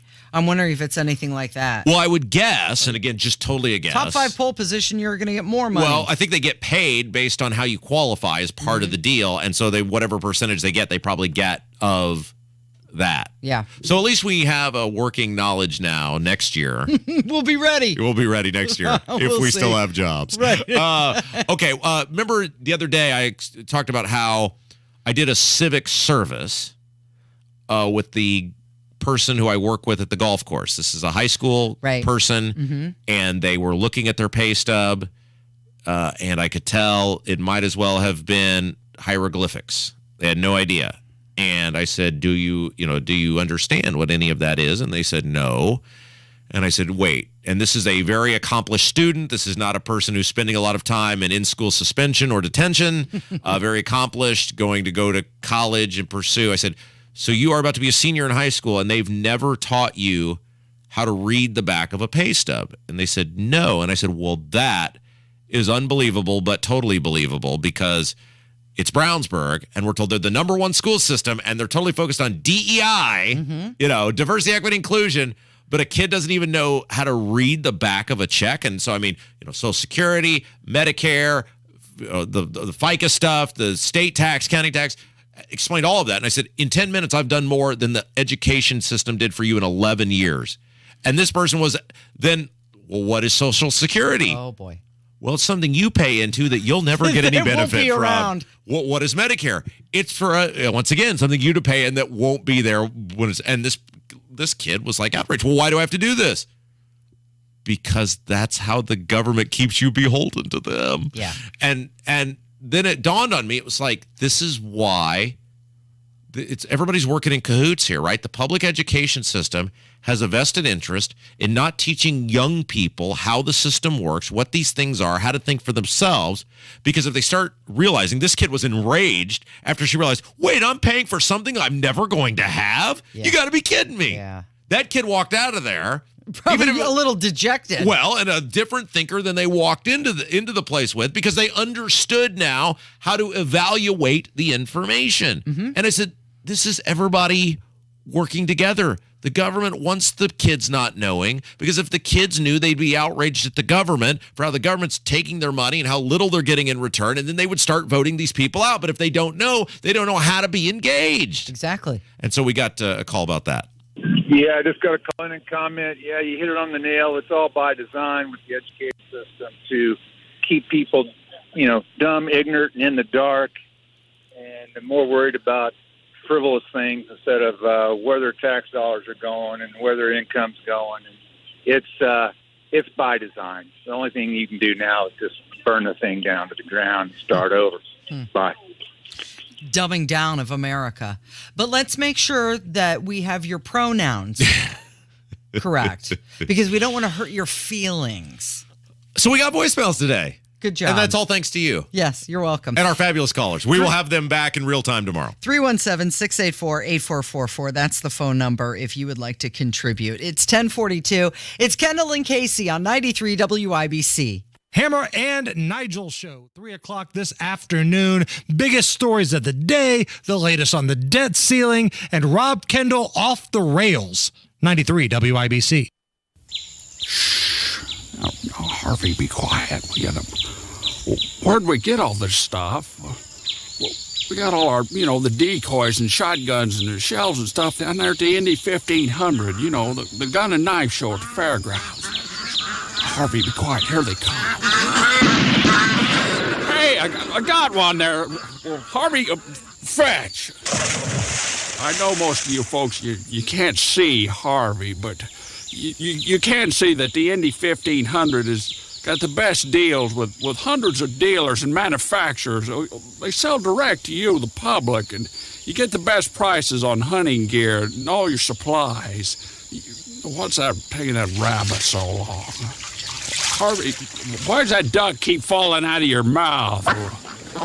Well, I see what the problem is, Harv. It's your hair lip. Indy 1500 Gun, Knife, and Outdoor Show this Friday, Saturday, and Sunday at the State Fairgrounds.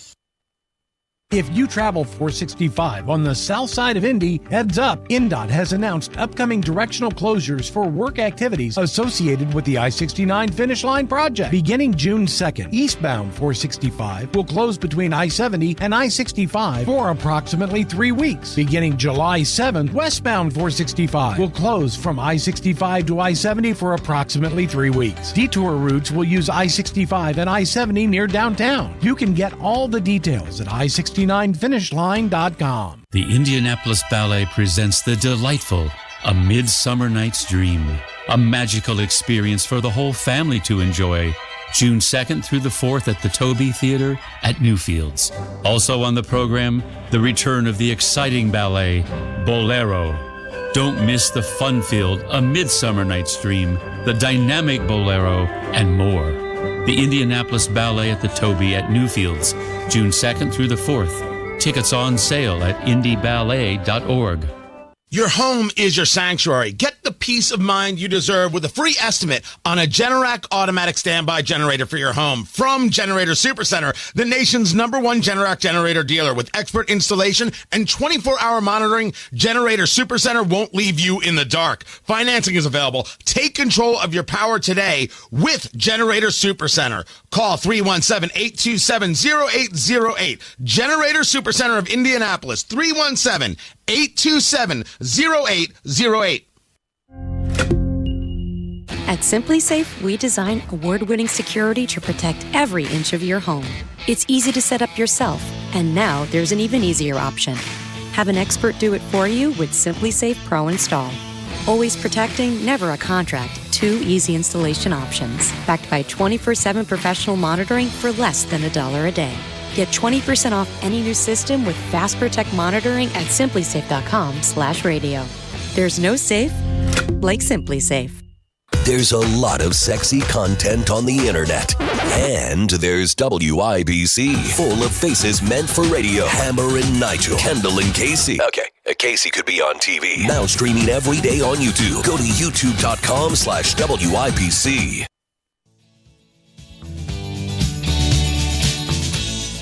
It is 10:46. You're listening to Kendall and Casey on 93 WIBC. What'd you just say? Well, I just saw this. It came out 5 hours ago from Fox News. I haven't had a chance to read the article yet, but the headline popped out at me. Nearly 10,000 photos from Hunter Biden's laptop hit the web. Ooh, yikes. Truth and transparency. So I'm just going to scan this article really quick. Well, it's called BidenLaptopMedia.com.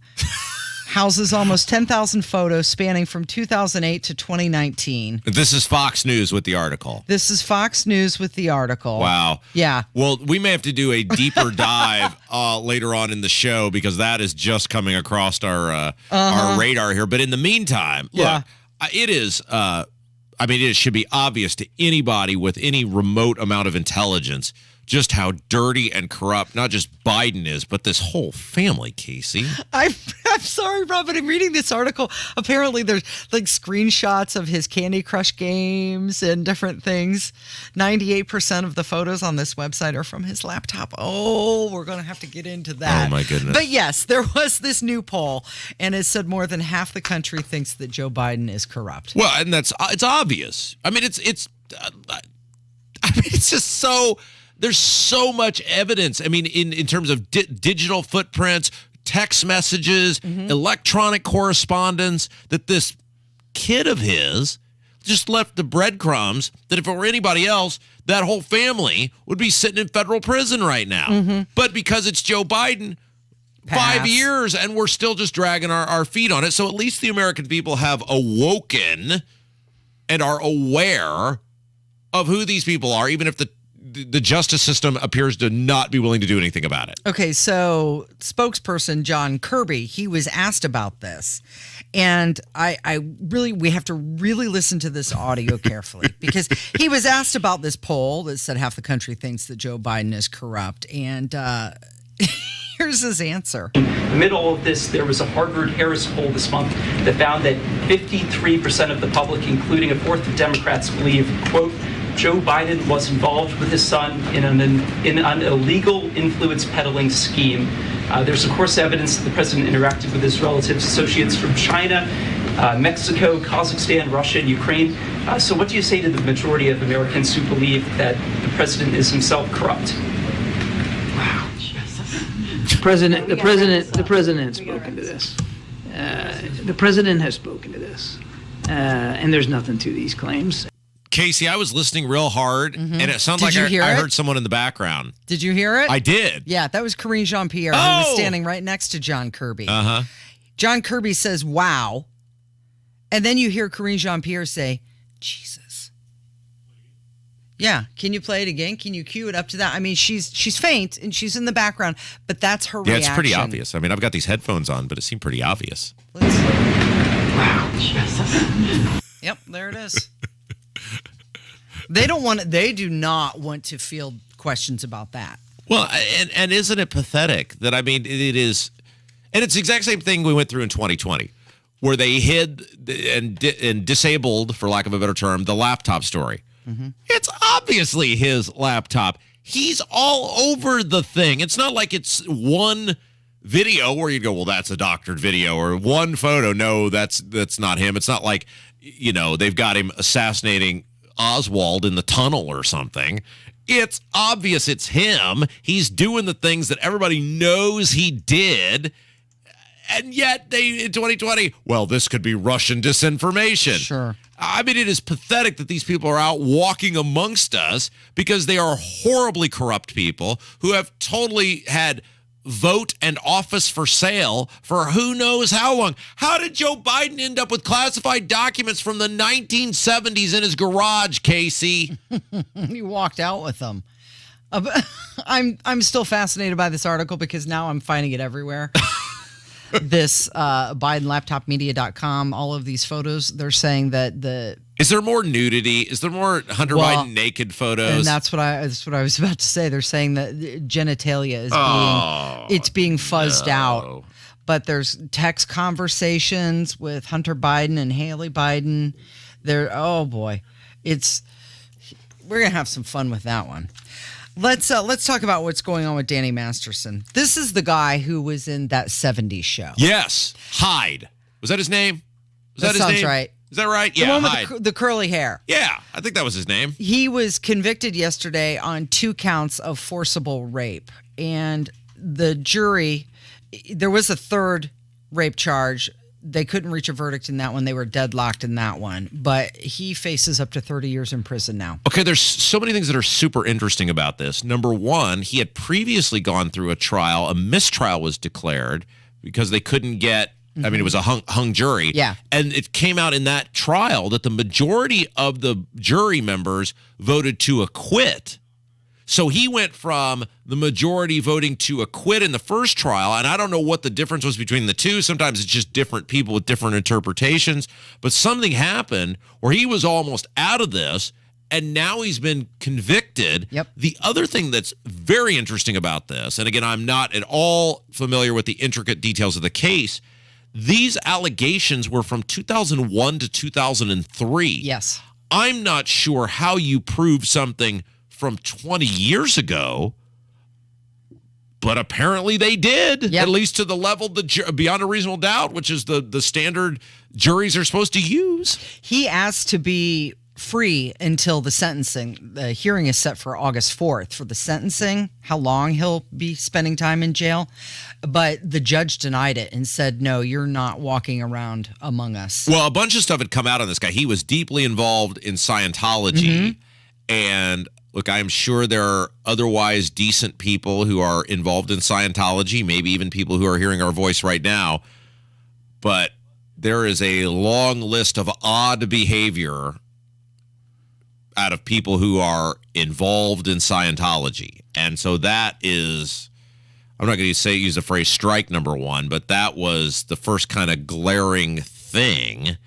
And I mean, one of the victims said that she was happy about it because it's going to shine a light on how Scientology and other conspirators enabled and covered up his action. Okay, she perfectly is enunciated. Is that the right word I'm looking for? Is that the word for speak? She spoke.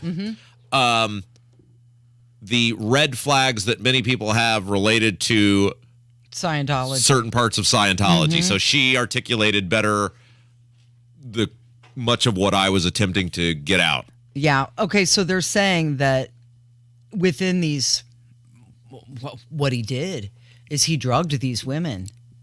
And so they could not give their consent to have sex with him one way or the other. They couldn't say yes or no. They were out.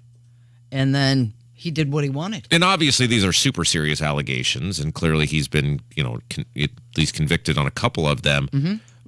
So if you remove that, isn't it interesting the mindset of someone like this who, when these allegations allegedly happen, he's been convicted. We still say allegedly if he's been convicted? No, I don't he's know. been convicted. Okay, he's whatever. waiting to be sentenced. So whatever phrase we're using, it was at the height of what you would consider his fame. That 70s show was still ongoing at that point, and could have had, not to say any woman, it's not like he's Brad Pitt, but he could have had a cavalcade of women who would have engaged in willingly consensual relations, and yet chose to go this path according to what was, I guess, proven in court. And that is so sick.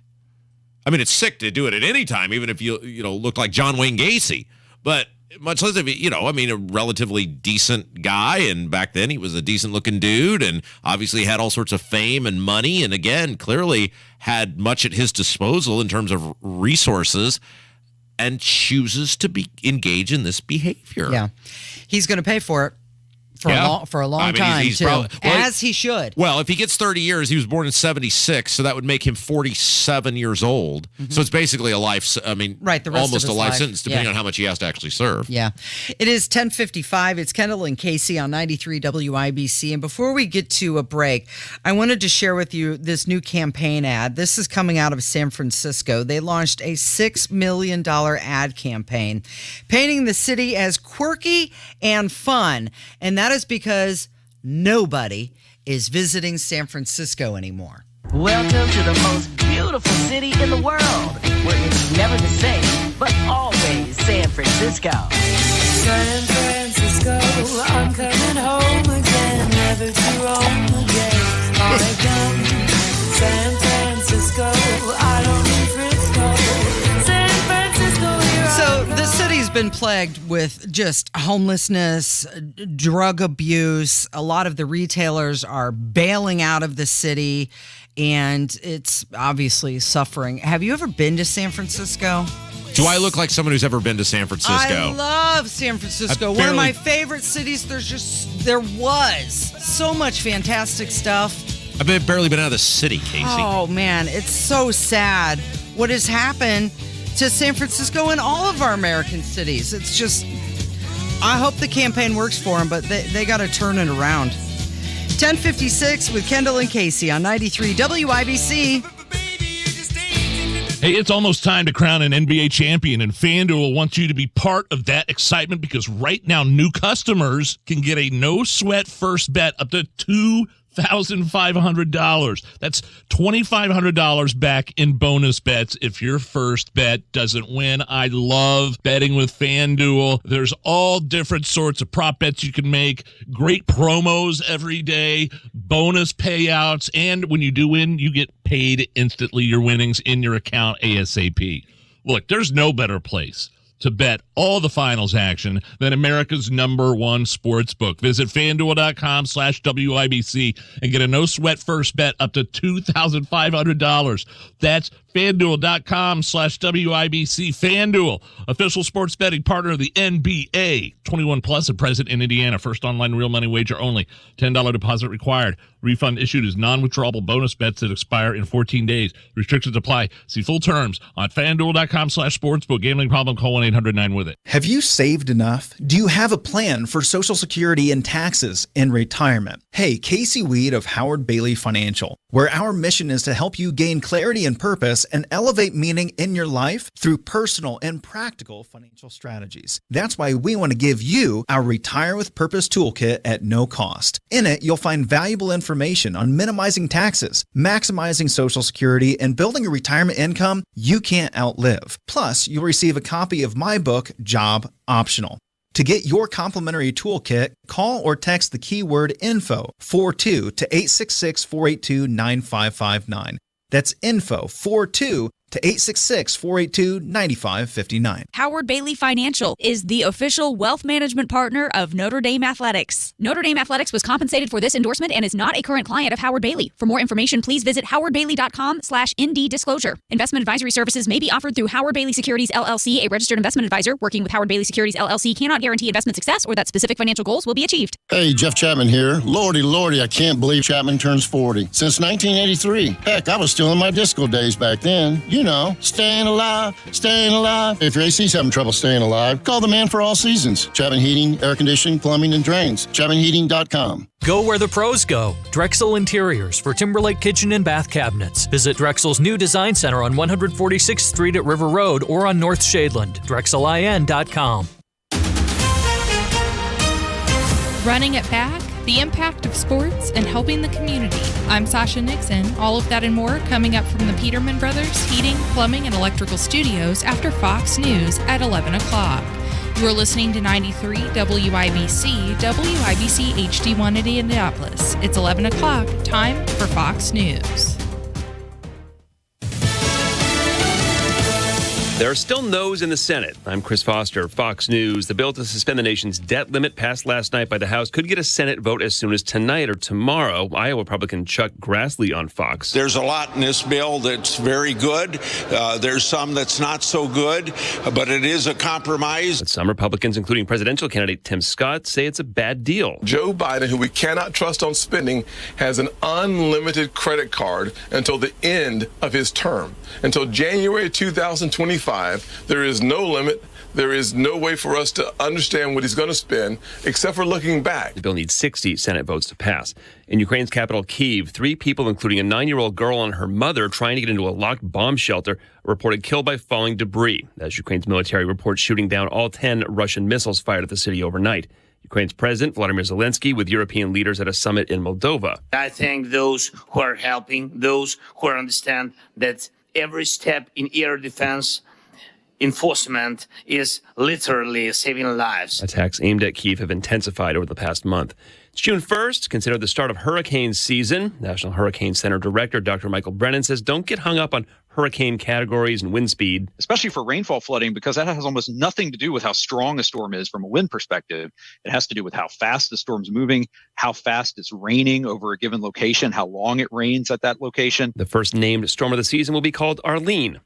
Walmart announces changes to packaging meant to reduce waste. Recyclable paper mailers will replace most plastic for shipped items. About half its fulfillment centers will use cardboard packaging made to fit items being shipped to use less material and fit more boxes on trucks.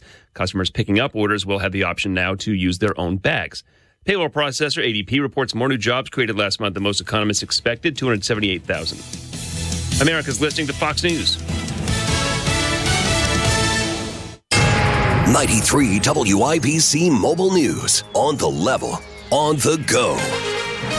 Running it back. Up to 82 degrees here on Monument Circle. I'm Sasha Nixon. Here's what's trending at 11:02. You might remember Purdue center Zach Edey considering going to the NBA, but that has changed. John Herrick reports. On Wednesday night, Edey tweeted 3 words, "Run it back." And once that tweet went up on televisions at Harry's Chocolate Shop in West Lafayette, this was the reaction from fans.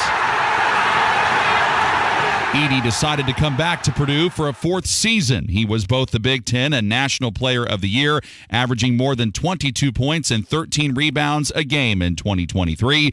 Purdue lost in the round of 64, though, to a 16 seed, Fairleigh Dickinson, in the NCAA tournament. John Herrick, 93 WIBC Mobile News.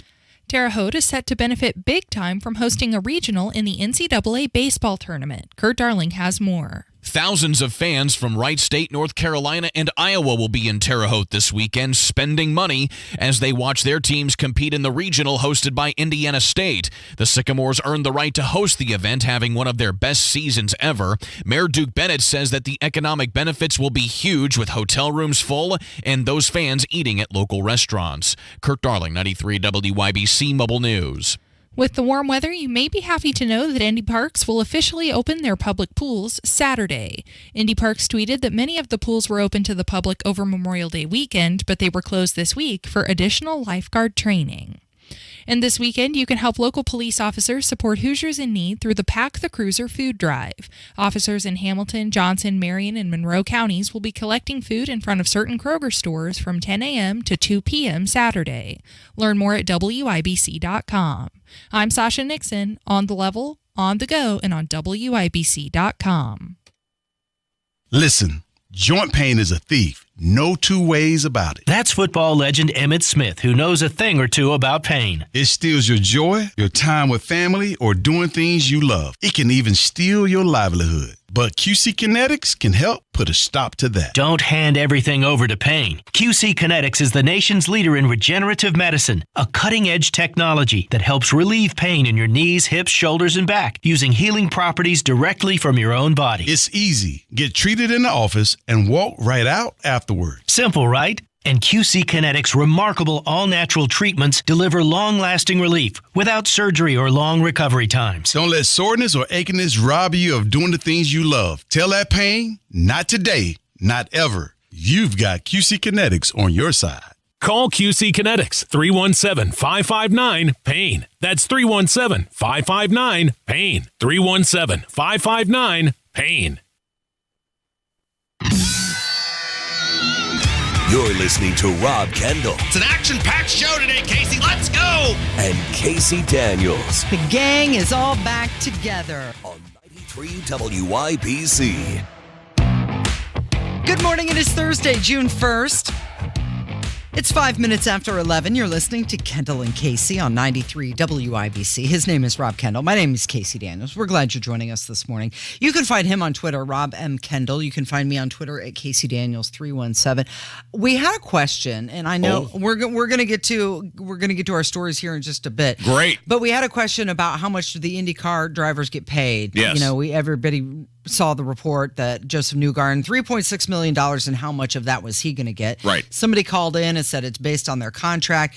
And then somebody tweeted to you and I that in motorsports, the driver typically gets 40% of the purse, 50% if they win. Oh, wow. Okay. All right, there you go. So there's the answer. Boom. That's what we do here. We are problem solvers here on the Kendall and Casey show. Also, just a note, if you're watching us on YouTube, trying to watch us on YouTube, we are on YouTube. You can watch the show. However, due to a gremlin in the YouTube feed, it is labeled as Hammer and Nigel today. Mm-hmm. So it is us. Yeah. But it will say Hammer and Nigel and yesterday's date, but you can watch the show in its absolute entirety. And why wouldn't you want to see Casey? Because the men folk, Casey, always get very excited when you wear sleeveless anything. Sun's out, guns and out. today you're doing that. So the men folk will be very excited to see you on the YouTube feed. Hey, speaking of gremlins, Twitter had a few gremlins last week. Was it last week? Yes. When Ron DeSantis announced that he was running for president on the Twitter Spaces. Let's go time out real quick here, Casey. Mm-hmm. I'm rethinking this whole DeSantis thing because that's really hard to say. It's easier just to say DeSantis. I may just go back with Trump because that's easier to say, or maybe find somebody else because I don't want to have to every time I, say something nice about this guy, DeSantis. We're overemphasizing it too much. Well, I don't know. Isn't that what he said he wanted? That it's DeSantis? Yeah. It's just much easier to say DeSantis. DeSantis. So I'm going to, if you're part of the DeSantis campaign, I don't even know if he has an Indiana campaign, but you let me know. Do you want me to risk me going back to Trump, or are you okay if I just say DeSantis? What do you want? What would you rather have? At least we're not calling him Rob. I mean, do we know where that came from? That's just Trump being Trump. He's just being you know what? Yeah. So there's not some just reason he's the bear, doing that. trying to get under his skin. He's just deliberately being disrespectful and saying the guy's name wrong. Yes. I don't. Yeah. He's just Trump is being. So it'd be Trump. like if I called you Aaron. Right. Whatever. You call me Caddy. Yeah. Carrie. Stacey. Yeah. Whatever. Call me whenever you want. It's fine. Just make sure you listen. And write down WIBC. What is just a completely disrespectful thing to do from someone who wants to hold the highest office in the world? Yeah. But that's what he does. I mean, he's the guy that you love to hate and hate to love, right? But there's nothing. Look, and I'll say this, and you can speak for yourself. I'm not trying to speak for you or anyone else. There was lots to love about 2016, 2015 Trump. The stuff he was doing was new. It was fresh. It was funny. It was different. When somebody got a nickname, they were totally deserving of it. This isn't any of that. This time he's fighting with Kayleigh McEnany. I mean, he's going after Ron DeSantis. Called her milquetoast. You're just. It was like the people, like Jeb Bush, totally deserved what he got. The Bush family has been awful for this country. That was funny because for once the Bushes finally got their comeuppance. Lindsey Graham, same thing. So this isn't any of that this time. The thing with Kayleigh is she was doing a report and she was talking about some polling numbers and she said Trump was in the lead.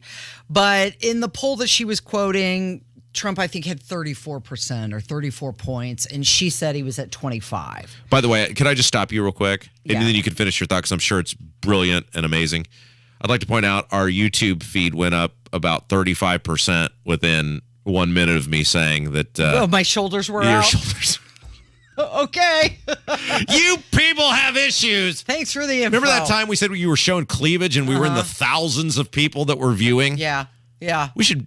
Well, you were on a theme day. It's your body, your choice. No, anyway, sorry. Finish your thought. I just saw that I had to alert. I was talking about Kayleigh, Trump's former spokesperson, and she took a lot of bullets for that guy. She stood up there all the time and defended him and did right by him. She's doing a newscast, one report. She gets one number wrong. She didn't say that Trump was behind or failing. She just got the statistic, the number wrong, and he totally attacked her, called her milquetoast. It's like with this guy, you have to pledge allegiance for the rest of your life, or he's done with you. Yeah, it's a same thing he did with Ron DeSantis. Ron D. DeSantis. Instead of Kloppenstein, now it's D. DeSantis. But I want to play this audio from Donald Trump because, darn it, just when I'm done with him, he does this, and I'm back in again. Wait. Yes. Time out. You're excited about this. I put this on the template because it's completely ridiculous, but you're on board with it. I think people. He got you. He did. He got you. People want to be proud to be American. Oh my gosh, he got you on this. And I'll tell you why. I'll tell you why after we play it. Listen to this. Here is my plan to give America's founding in 1776 the incredible anniversary it truly deserves. On day one, I will convene a White House task force called Salute to America 250. It will be responsible for coordinating with state and local governments to ensure not just one day of celebration, but an entire year of festivities across the nation, starting on Memorial Day 2025 and continuing through July 4th, 2026. Second, I will work with all 50 governors, Republican and Democrat alike, to create the Great American State Fair, a unique one-year exhibition featuring pavilions from all 50 states. It'll be something. The Great American State Fair will showcase the glory of every state in the Union, promote pride in our history, and put forth innovative visions for America's future. My hope is that the amazing people of Iowa will work with my administration to open up the legendary Iowa State Fairgrounds to host the Great American State Fair and welcome millions and millions of visitors from around the world to the heartland of America for this special one-time festival. Together we will build it and they will come. I can't believe you're falling for this. Okay. I can't believe you're falling for this. Let me defend myself. Okay, a couple things. The Great American State Fair in Iowa. Well, gee, I wonder why he picked Iowa. Okay, He's not even hiding it anymore, Casey. I know. It's like right out there. This is the most obvious legalized vote buying I've ever seen. I know. So I'm totally, I see that. I see what he's doing there, okay? But I think he's being proactive on this, and people want to be proud to be Americans. I've heard no one talk about this except for Donald Trump until right now. Because this is what he does. He talks about things. Look, I didn't know it to say our country doesn't matter, but this doesn't mean crap. You're talking about something in 2026. Mm-hmm. I want to know what he's going to do to make food more affordable. I want to know what he's going to do to make gas more affordable. I want to know what he's going to do to actually solve the border crisis other than lie and say he finished a wall that's clearly not finished. This is what he does. I know. He gets you distracted on the stuff that doesn't matter. I know it doesn't matter, but it does matter. I want him to focus on say that again out loud. I know it doesn't matter, but it does matter. But it does matter.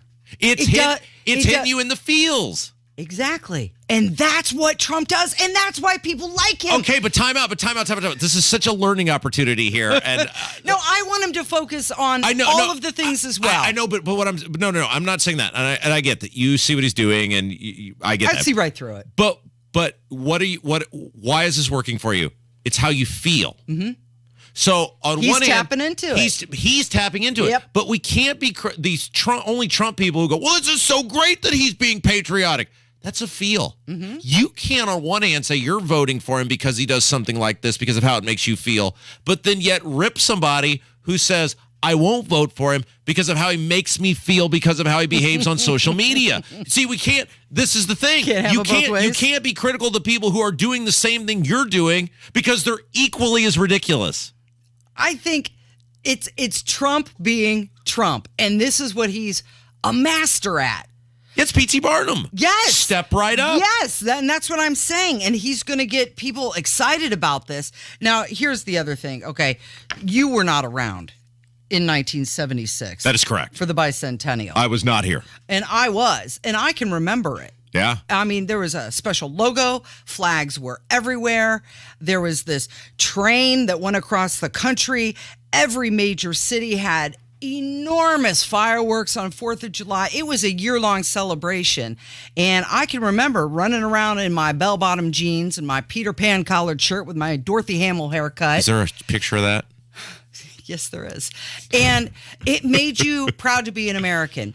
Now, I know people are going to say, are we still going to have a country by then? Like, there are more important things to focus on. Totally agree. There are more important things to focus on. But this is what Trump does to get people to be proud to be Americans. This is part of his Make America Great Again. All right, we started to get into this, and then we just kind of got a little bit off the rails, no pun intended. Twitter is losing value like it's going out of style. So when we come back, can we talk about that? Because I think that's very interesting. Yeah. It's Kendall and Casey. It's 93 WIBC. The pothole. Formed in colder months, tiny fissures are born. And in no time at all, they grow into big, gigantic Tire killers.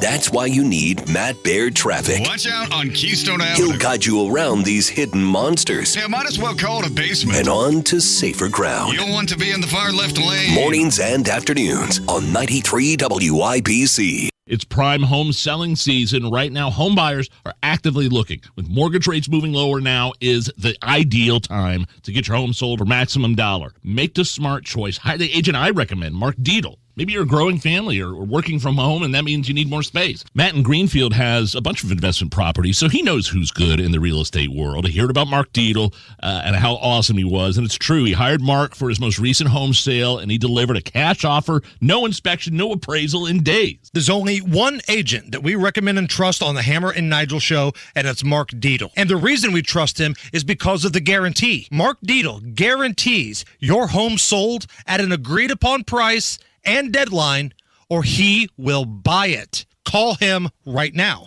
317-755-4232, or go online to markdietl.com. That's Mark, D-I-E-T-E-L, markdietl.com. Tell him Hammer and Nigel sent you.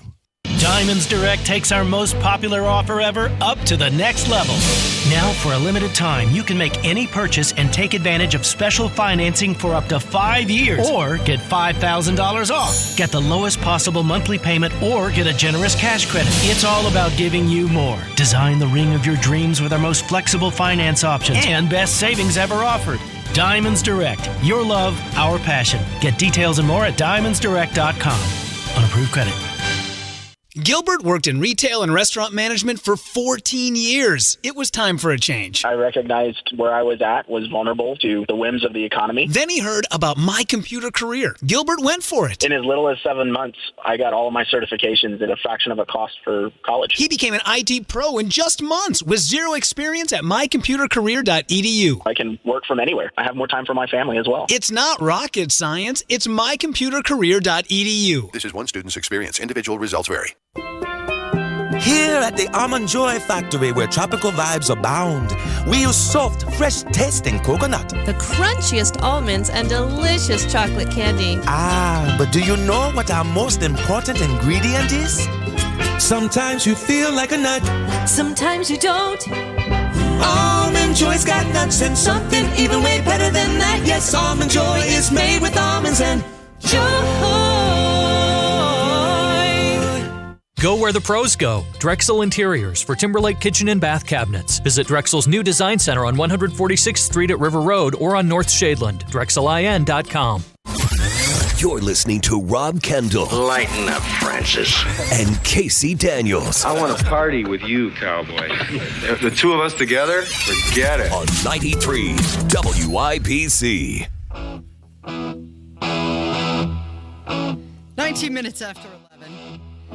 It's Kendall and Casey on 93 WIBC. So Twitter may be worth only about a third of its pre-Elon Musk value. This is according to a Fidelity fund. They've slashed their estimate of how much Twitter is worth. And they say it's because of the ongoing chaos at the company that Elon has brought on. There is a famous John Mellencamp album, and in fact, it was probably the first of what would become the just string of great Mellencamp albums in the early to mid 1980s. And the title of the album is Nothing Matters and What If It Did? And that is the perfect description right here. Elon Musk has a level of wealth that none of us can understand. Mm-hmm. And while we on paper look at this and go, holy smokes, he's lost whatever it is, $30 billion. It doesn't matter. It simply doesn't matter. He's so rich and has so much access to capital and has so much resource at his disposal, and he realized this. He bought Twitter knowing this. I'm totally convinced of that now. So what? They're saying that this thing went from $19 million down to almost $7 million? It doesn't matter, Casey. It doesn't. That's what I'm saying. Nothing matters, and what if it did? Mm-hmm. What is the worst thing that's going to happen to Elon Musk? Yeah. What? So what? He lost money. You and I would look at this and we would jump off a tall building at that amount of money. It's the equivalent, though. I mean, I'm just pulling numbers out of my backside here, but it's the equivalent of if somebody said, Rob, you can have this super influential platform and you can shape the course of history and you can shape the course of conversation in America, and it's going to cost you $3,000. I would hate to lose $3,000. You know how I am with money, Casey, and it would sting me. I would prefer not to lose it. I would prefer that I make $3,000. But if you offered me that opportunity, I'm going to take it. Well, and that's him. He's taking the opportunity to do something that is so much bigger than money, and he can afford to lose it. Now, he's in a much worse financial situation than before he bought Twitter, but he's still in a better financial situation than just about every other person walking planet Earth. You could say that freedom of speech is priceless. And to him, it doesn't matter the cost. There are probably, 2 people on Earth who have enough money or the platform where it doesn't matter to them, Elon Musk being one, and possibly Joe Rogan being the other, because he doesn't care either. He's got the platform. He's going to say what he wants to say. He's probably got enough money to live nicely for the rest of his life. If he were to lose his gig tomorrow, he'll be set. He'll be okay. Nathan Hale famously said, and I hope I'm getting the quote exactly correct. You know, he was a spy during the Revolutionary War. He was executed. Worked on behalf of America. Obviously, he said, "I have but one life. The only regret he had was that I have but one life to lose for my country." And obviously, what Elon Musk losing money is not the same as some guy getting executed. It's not the same level of sacrifice, nor even close. But it is an example of what needs to happen in order for this country to change for the better. And we talk about this quite a bit. You have to be willing to lose everything in order to get this country back where it needs to be. Casey, I once upon a time had a somewhat optimistic political career, and we will just word it as that. And there is an alternate universe that exists where instead of going back into radio, I become a state senator, and that was 8 years ago, and by now I'm on a course to be the governor. I'm in the conversation with the 3 underachievers who are currently running for governor on the Republican side. And having 6-7 years, whatever it was, as a state senator certainly gives you the platform to be able to do that. I made a conscientious choice, though, to do everything I could to burn the whole thing to the ground after spending 2 years inside the Indiana State House, because that's what needed to happen. And I recognize once you make the decision to light the match and throw it on the gas, you can't ever go back. It's like Field of Dreams. Oh my gosh, Doc, you can't ever go back. That is a choice I made because I believed for the betterment of society and my future family and for myself and for my state, being in a position like this was the better opportunity to make a difference. And so every day I come in here and I offend another person over there and I burn another bridge and I realize I can never, ever go back there. That's never going to happen again. I don't get invited to parties anymore unless it's just someone like our beloved state treasurer, Daniel Elliott, just laughing at the people in the Republican Party and inviting me to things. I don't get invited to things anymore, and that's fine. I have closed the door on that portion of my existence. Elon Musk has closed the door on people who, they weren't really his friends to begin with. They were people who were acquaintance bedfellows. Is that the right word? Is that perhaps the best word to use? They weren't actually friends, but you have to be willing to burn it all to the ground. And he was. And too many people, and the establishment recognizes this of both parties, that there are not enough people who are willing to give it up.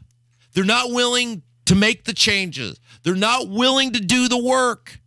And Elon Musk is a national hero. He's kind of a weirdo. I'm not saying I want to hang out with him. I do. Are you kidding me? Look, Jefferson Shreve is my rich friend now, Casey. I can only have so many rich Jefferson Shreve would want to hang out with Elon Musk. Who would not want to hang out with Elon Musk? I think Elon Musk is the sort of guy who you would spend an hour around and you would go, get me out of here. You think it'd be exhausting? I think the weirdness of that guy, if you could get to actually know the real Elon Musk, is a bounds by which you would... Remember the scene where George tells Jerry his deepest, darkest fears? Mm-hmm. And Jerry, I think you scared me straight. Yeah. It totally changes Jerry, forever. That's, I think, Elon Musk. But it doesn't matter because he's doing the thing in this box that no one else can do that will make this country a better place and hopefully make change. And for that, he should go on the wall of American heroes with all the other great people who have been willing to make immense sacrifice for the betterment of society. It is 11:27 with Kendall and Casey on 93 WIBC. Would you be upset if you lost $111,000? Get this, 96% of Americans lose out on an average of $111,000 in Social Security income. And that's because they claim their benefits at the wrong time. It's Terry Stacey. Learn how you could avoid this with a free Social Security analysis from Bill Demery, my retirement guy right here in Indy. This analysis pinpoints exactly how you could get the most out of your benefits while considering the impact on your taxes, Medicare premiums, and other benefits. And it's free. If you've saved at least $200,000 and have not filed for Social Security, schedule your free analysis now by calling 317-972-9172. Don't risk losing $111,000 in Social Security income. Call 317-972-9172. 317-972-9172. Your home is your sanctuary. Get the peace of mind you deserve with a free estimate on a Generac automatic standby generator for your home from Generator Supercenter, the nation's #1 Generac generator dealer. With expert installation and 24-hour monitoring, Generator Supercenter won't leave you in the dark. Financing is available. Take control of your power today with Generator Supercenter. Call 317-827-0808. Generator Supercenter of Indianapolis, 317-827-0808. Guy Relford here. Time again for the Indy 1500 Gun and Knife Show this coming weekend at the State Fairgrounds, Friday, Saturday, and Sunday. There's never been a more important time to exercise our rights as true Americans. It's the Indy 1500 Gun and Knife Show. See the best in sporting, hunting, and personal protection gear, plus great displays of Americana. Come see us this weekend at the Indy 1500 Gun and Knife Show, Friday 2 to 7, Saturday 9 to 6, and Sunday 9 to 4. It's the Indy 1500 Gun and Knife Show. See you there. What is 988? It's a way forward. It's a listening ear. It's whatever help you need when you need it. The 988 Suicide and Crisis Lifeline offers trained crisis specialists ready to talk to you 24/7.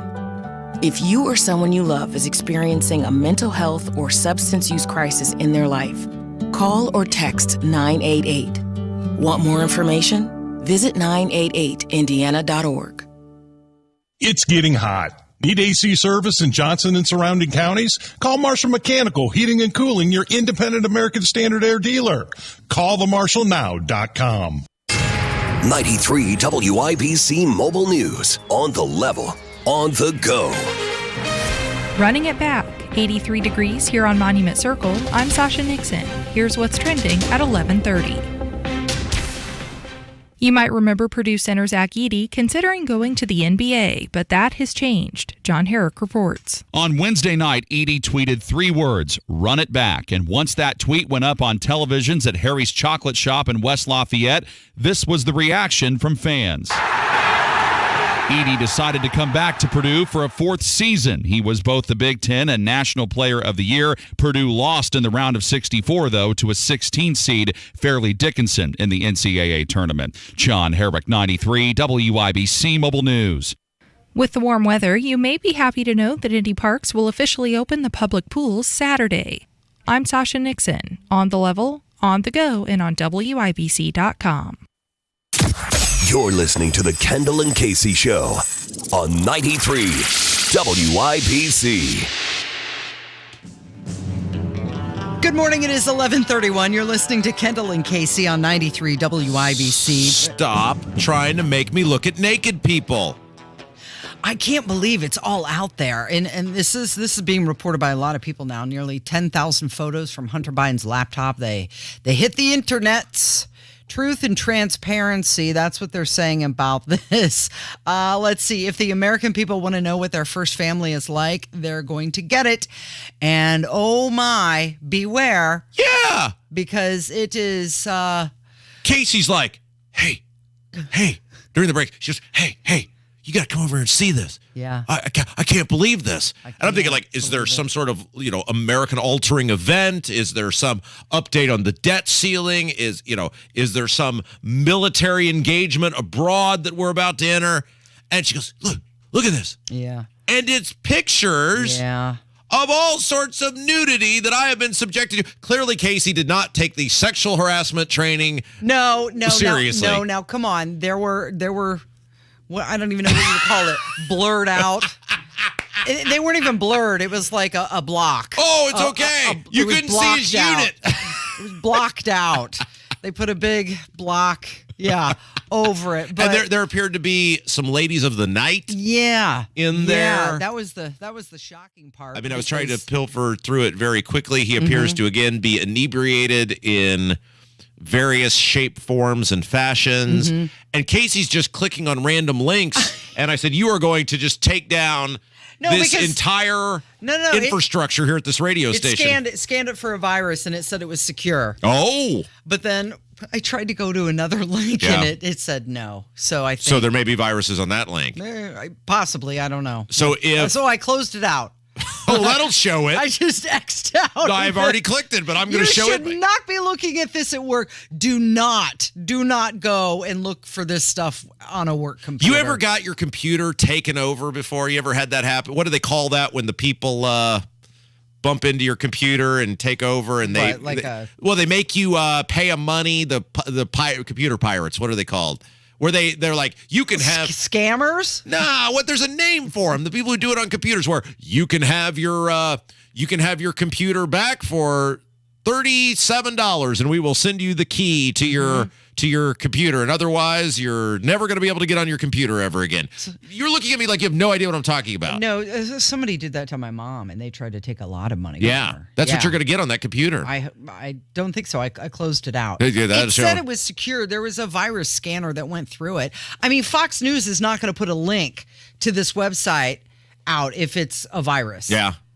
And all these other news organizations are linking to this website, BidenLaptopMedia.com, where you can see all of these pictures. When I owned my radio station in North Carolina, somehow that happened to one of our computers, but there was literally nothing on them other than old music. And they sent us that thing, and we were like, this computer isn't worth 7 cents. Goodbye. Right.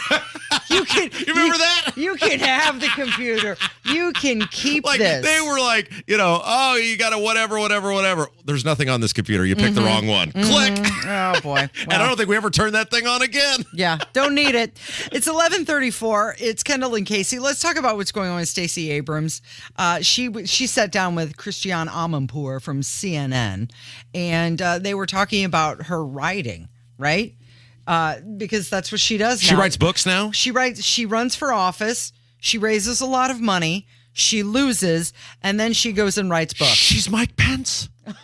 They're the same person. Well, I don't know. I mean, I'm going to give Mike Pence a pass on that. No, just say what you just said. Give the description. She runs for office. No. Raises a lot of money.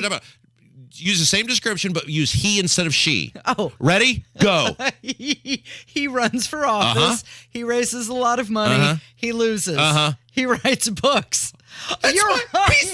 Mike Pence and Stacey Abrams are the same person. They are doing the same thing, aren't they? Interesting. Very polar opposite opinion and on policy and ideology, though. So they couldn't be more opposite. So apparently she writes fiction books, right? And this audio we have for you is amazing. She admits out loud that she likes writing books because she gets to kill people in her books.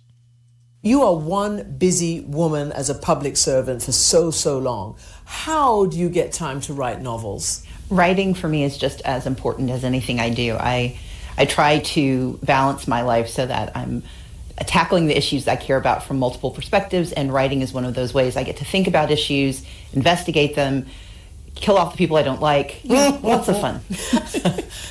Do you have sort of political visions when you're killing off the people and things that you don't like? I would say it's more vaguely cathartic than anything. Okay, so that's her therapy. She writes it down, types it out, kills off the people that she doesn't like. She is living in a fantasy world all of the time. And why is she a thing? This remains my question. Like, I get why Obama's a thing still, because he was a proven winner. Mm-hmm. Like Obama, bringing the heat, coming in, winning 2 presidential elections. I put Obama and Stacey Abrams on the same level of stupid and annoyance, but I get why he is a thing and of interest to people because he has won multiple national elections. Mm-hmm. She can't even win a statewide election. Right. And this last one wasn't even close. No. So why does CNN feel the need to sit down with her? And in a state where a Democrat won the Senate election. It wasn't like, oh my gosh, she gave such a great effort in a deep red state. The Democrat won the Senate election. And yet it's the Beto. She's the new, remember Beto was this for a while, where they get, Michael Avenatti was this for a while, and he's in federal prison. Right, just keeps turning up. Where they get just attached to someone. It's like these relationships where these people just pick the worst, women will pick the worst men possible. And like if the guy would have a tattoo on his face, it would be, you're about to get cheated on and left with a giant tab because I'm not going to pay the rent. And yet that is who they're attracted to. Mm-hmm. This is the left with these loser people, wannabe. She's not even a politician. She's a wannabe politician. Right, exactly. Yeah, well, now she's a wannabe author. I don't know what... So she's writing fiction, clearly. I don't know what the genre is. I mean, you know what? It would not surprise me at all. She's saying that she kills off characters, knowing that crazy lady, they're children's books or something. I mean, because that's the world she lives in. She is just so far extreme left. Let's talk about Donald Trump and this thing. Oh, geez. Okay, so federal prosecutors, they say they've obtained an audio recording of him. And he's admitting that he took classified documents. Okay, this is after he left the White House. Yes. Okay, so this is according to CNN. So let's preface it with this. This is for entertainment reasons only because CNN is the source. Mm-hmm. However, according to CNN, they are claiming the federal government has audio of Trump acknowledging in 2021, so it'd be after he has left the White House, that he is in possession. I believe it relates to military operations in Iran. Right. That he knows are classified and he did not declassify them. Now, at the end of the day, no matter what they actually have on tape or not on tape, Joe Biden's got stuff from the 70s that he wasn't the vice president or the president. He couldn't declassify it. So I'm not doing whataboutism here. What I'm saying is these people exit the White House, or in the case of Joe Biden, apparently deliberately took something he knew he wasn't supposed to take. I'm willing to give grace. Now, I'm willing to give grace to whether it's Obama, Bush, Trump, whoever, who take stuff out of the White House they're not supposed to because you got a gajillion things and who knows, and they've all got it. Now, the one guy who I'm not giving a lot of room to is Mike Pence because he went on TV all high and mighty about how he didn't have anything. Condemning Trump. But look, if we're not condemning other people and you do it and it's everybody's got it, then we clearly need to rewrite the laws. We need to have more clarification on this. But you can't get hung up on Trump and then not be hung up on Biden. So to me on this, well, okay, they've got him saying that Biden's got stuff from the 70s when he was a senator. Mm-hmm. It's got to be either or, right? Either everyone goes to jail or no one goes to jail. Okay, but the interesting thing about this article is that there's going on how they're saying they've got this audio recording and CNN is reporting this. I mean, this has to be I'm just going to guess, this is at least a 400-word article. The line in it, CNN has not listened to the recording. So they're reporting on something they don't even know. Multiple sources described it. Yet they're writing this entire article about this recording that they've not even heard.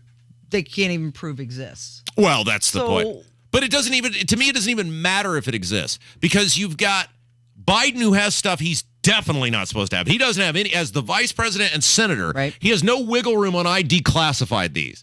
Trump, look, I think it's sort of a weak sauce excuse of I can do whatever I want, but it is an excuse. I can think it unclassified. Whatever. But the point is, to me, either everybody goes to jail, and I'm talking Bush, and I'm talking Obama, and I'm talking Pence, and I'm talking Biden, and I'm talking Trump, or we need to just as a country say, we've got crap laws that are vaguely written, and we've got to clarify this. Because what really sticks in my craw, Casey, is not any of these jokers, because these are rich elitist people who can fend for themselves.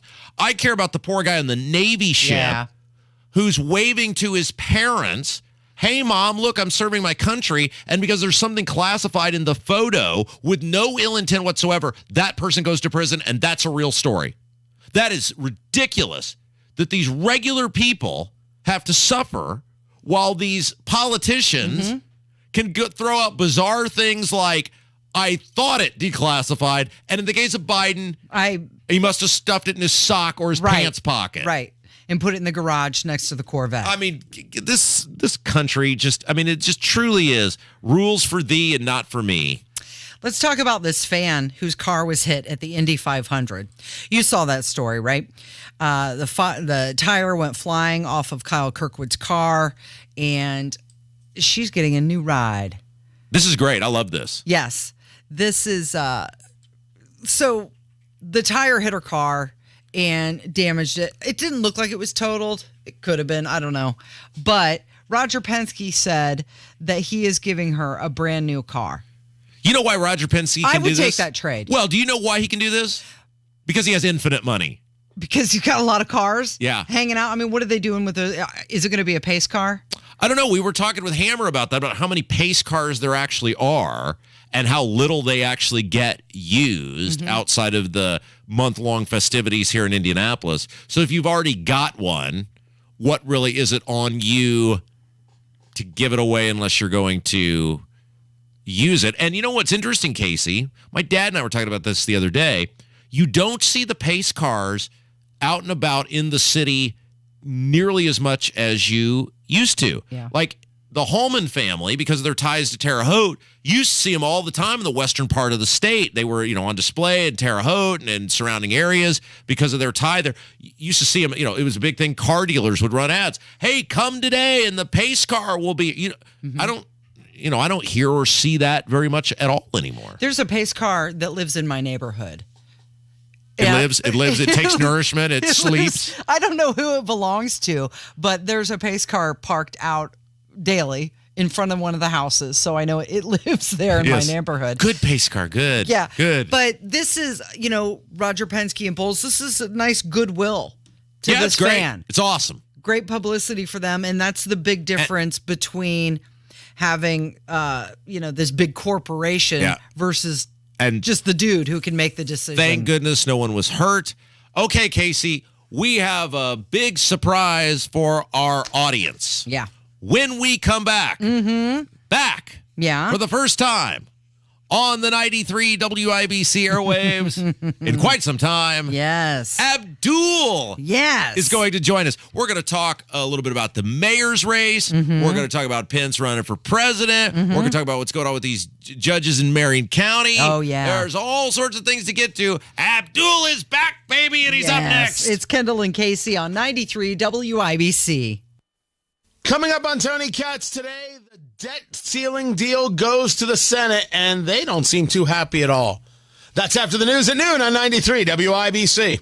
I had to choose between my health or a roof over my baby's head. Emma was laid off from her job shortly after giving birth to her son, Josiah. When I got laid off, it was scary, you know? Emma thought she and Josiah were in an impossible situation. It got even worse when Emma began to feel sick. I lost my insurance and didn't really have any money saved up. They were falling through the cracks. I was like, what am I supposed to do? A friend told Emma about Gennesaret Free Clinics. They were so kind. The doctor said she would take good care of me, of us. Gennesaret Free Clinics is a nonprofit organization that relies on the philanthropy of the community. Your generosity provides free, compassionate, and patient-centered health care directly to those who need it the most. Your donation of just $50 will provide 20 patients with wellness kits and an entry to completely free care. Because of Gennesaret, I'm healthy enough to be the mom Josiah deserves. Donate now by calling 317-639-5645 or go to gennesaret.org. That's GENNESARET.org. Hellsberg Diamonds presents Great Wedding Speeches. Put your hands together for the father of the bride. Kara, honey. Boy, am I proud of the woman you've become. And Craig, my man, my broseph. When Kara first introduced us to Craig, boy, I knew he was the one right away. He tells the greatest jokes, he smokes a killer brisket, and he knows what team to root for, don't you, buddy? Whoop, whoop. So, when he proposed to Kara, with that awesome ring from Hellsberg Diamonds, boy, we couldn't say yes fast enough, could we, honey? That's right. Lab-grown diamond, emerald cut, big sparkle. It's a great ring, picked out by a great guy. He's like the son I've never had. But Dad, I'm your son, Donnie. Oh, right. Well, you're great too, Johnny. For over 100 years, Hellsberg Diamonds has been customizing engagement rings of the highest quality. To learn more about our great selection and transparent pricing, visit our experts at a Hellsberg store near you or at hellsberg.com. Bring it in, Broheim. I can't wait for what's next. Even with higher stroke risk due to atrial fibrillation, an irregular heartbeat not caused by a heart valve problem. Eliquis, the Pixaban tablets, reduces stroke risk. It's the #1 cardiologist prescribed blood thinner. Don't stop taking prescription Eliquis without talking to your doctor, as this may increase your risk of stroke. Eliquis can cause serious and in rare cases fatal bleeding. Don't take Eliquis if you have an artificial heart valve, abnormal bleeding, or have antiphospholipid syndrome. While taking, you may bruise more easily or take longer for bleeding to stop. A spinal injection while on Eliquis increases risk of blood clots, which may cause paralysis, the inability to move. Get medical help right away for unexpected bleeding or unusual bruising, or if you have tingling, numbness, or muscle weakness. It may increase your bleeding risk if you take medicines such as aspirin products, NSAIDs, SSRIs, SNRIs, and blood thinners. Tell your doctor about all planned medical or dental procedures. Learn more at Eliquis.com or call 1-855-ELIQUIS. Hammer and Nigel here, inviting you to join us as we kick off the weekend every Friday around 5:45 with Beer Sample Friday, brought to you by our friends at Thompson Furniture and Mattress in Columbus. The Home and Garden Show hits the road again this week, and we're headed to Sullivan Hardware at 71st and Keystone. Join us live at 9 a.m. at 71st and Keystone and celebrate their 69th anniversary and store-wide sale. Welcome back. Your dreams were your ticket out. Welcome back. 93 WIBC. It is the Kendall and Casey show. I'm Rob. Casey's here, and look who's back. He's back. And in the words of Randy Quaid in Independence Day when he's flying the spaceship up to the "Hello, boys, I'm back." He's an author. He's a broadcaster. He's a provocateur. The one and only Abdul Hakim-Shabazz. How are you, my friend? Doing well, doing much better. Okay. Not 100% yet, but getting better. Okay, so let's start with the obvious question. You ran for the mayor of Indianapolis. It didn't go the way you wanted, but you ran against a guy who had to spend $1 gajillion in order to beat you. Are you glad you did it? Yes. I felt like I went 1-1 against Michael Jordan and lost by 3 points. It's the way I describe it. It took $2 million to beat me. No, I'm glad I did it because I was just looking at the city over the past few years. I was like, hey, we need to go in a different direction. It's time to stop talking about. I'm familiar with the issues, well-versed on the issues, so let's just give it a shot. How depressing is it? Because you and I, talked about, hey, what are you going to do? How are you going to campaign? What's your path? And then this guy unexpectedly, who is worth, he's like Jed Clampett, gets in the race. That's got to be a pretty surprising and depressing thing because you got to kind of change everything. We really didn't change all that much because we knew there was just a universe of finite voters that we were going to go for, about 18 to 20,000. And so that's what we focus and target our attention on. What Jefferson did, which I will give him credit for, because he spent $2 million in the primary, was he just basically like Dres just carpet bombed everything, for months on end. And so there's no way you can compete with that. I mean, we did well, all things considered, but we just couldn't compete with the $2 million and change. What's one thing that you learned from running that you didn't know before? As I mentioned on State House Happenings, it's something I always kind of knew, but it was made abundantly clear. When you talk to people who aren't in the political bubble, just like regular average folks to get their ideas, some folks come with some really, really smart ideas, and some folks come with some really, really stupid stuff. Rob Kendall, Casey Daniels, it's Kendall and Casey Show. Abdul Hakim-Shabazz, our guest, back with us here on WIBC. All right, let's get to some big things. So Mike Pence has announced he's going to run for, he's about to announce he's going to run for president. He's announced that he's going to announce. Yes, that's how we do it in the political world. Garner as much free attention as possible. June the 7th, the reported date. As we talked about on State House Happenings, Abdul, I maintain the Gravy Train Brigade, as I have dubbed them, people who have for years avoided working real jobs because they have clung to Mike Pence's ankles like grim death, are giving him terrible advice. What say you? Well, like I said, I don't think Mike needed any advice to run for president because Mike has always wanted to run for president. I doubt a day went by, particularly when he was in the governor's office, he look in the mirror like, hey, I can be president. Now, other folks might argue and say something differently, but no, I'm not surprised he's running for president. I say his chances are slim because anything can happen in the presidential race because a day in politics is a lifetime. There are a million lifetimes between now and election day. So that's kind of point number one. But I think number two, it'll be interesting to see what sort of path he takes to sort of get that non-Trump vote because Trump has got his 25 to 30, 35% who will follow him to the ends of the earth. And so that's his floor and his ceiling. So the question is, the more people who get in the race, all it does is just divvy up that Trump vote, right? That anti-Trump vote. You said he's the anti-Trump vote. Isn't that DeSantis? I would say they all are. DeSantis, Tim Scott, Nikki Haley, the one Vladimir, whatever. Oh, that's Casey's boyfriend, Vivek Ramaswamy.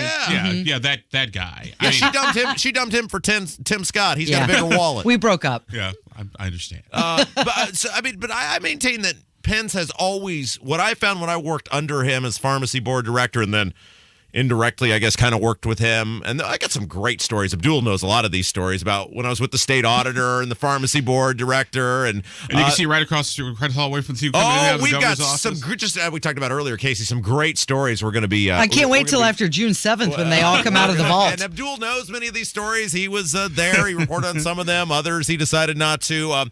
Some great stories. But this is a guy who wanted to be in politics from the time he was old enough to tie his shoes. And this is the only logical ending. It's like the guy who chooses to storm the hill where he knows he has no chance of making it up the hill because this is how it's supposed to end. I would say he's got a shot. In politics, anything is possible. Now, possibility and probability are two different things. I don't think he'll get it, but anything can happen.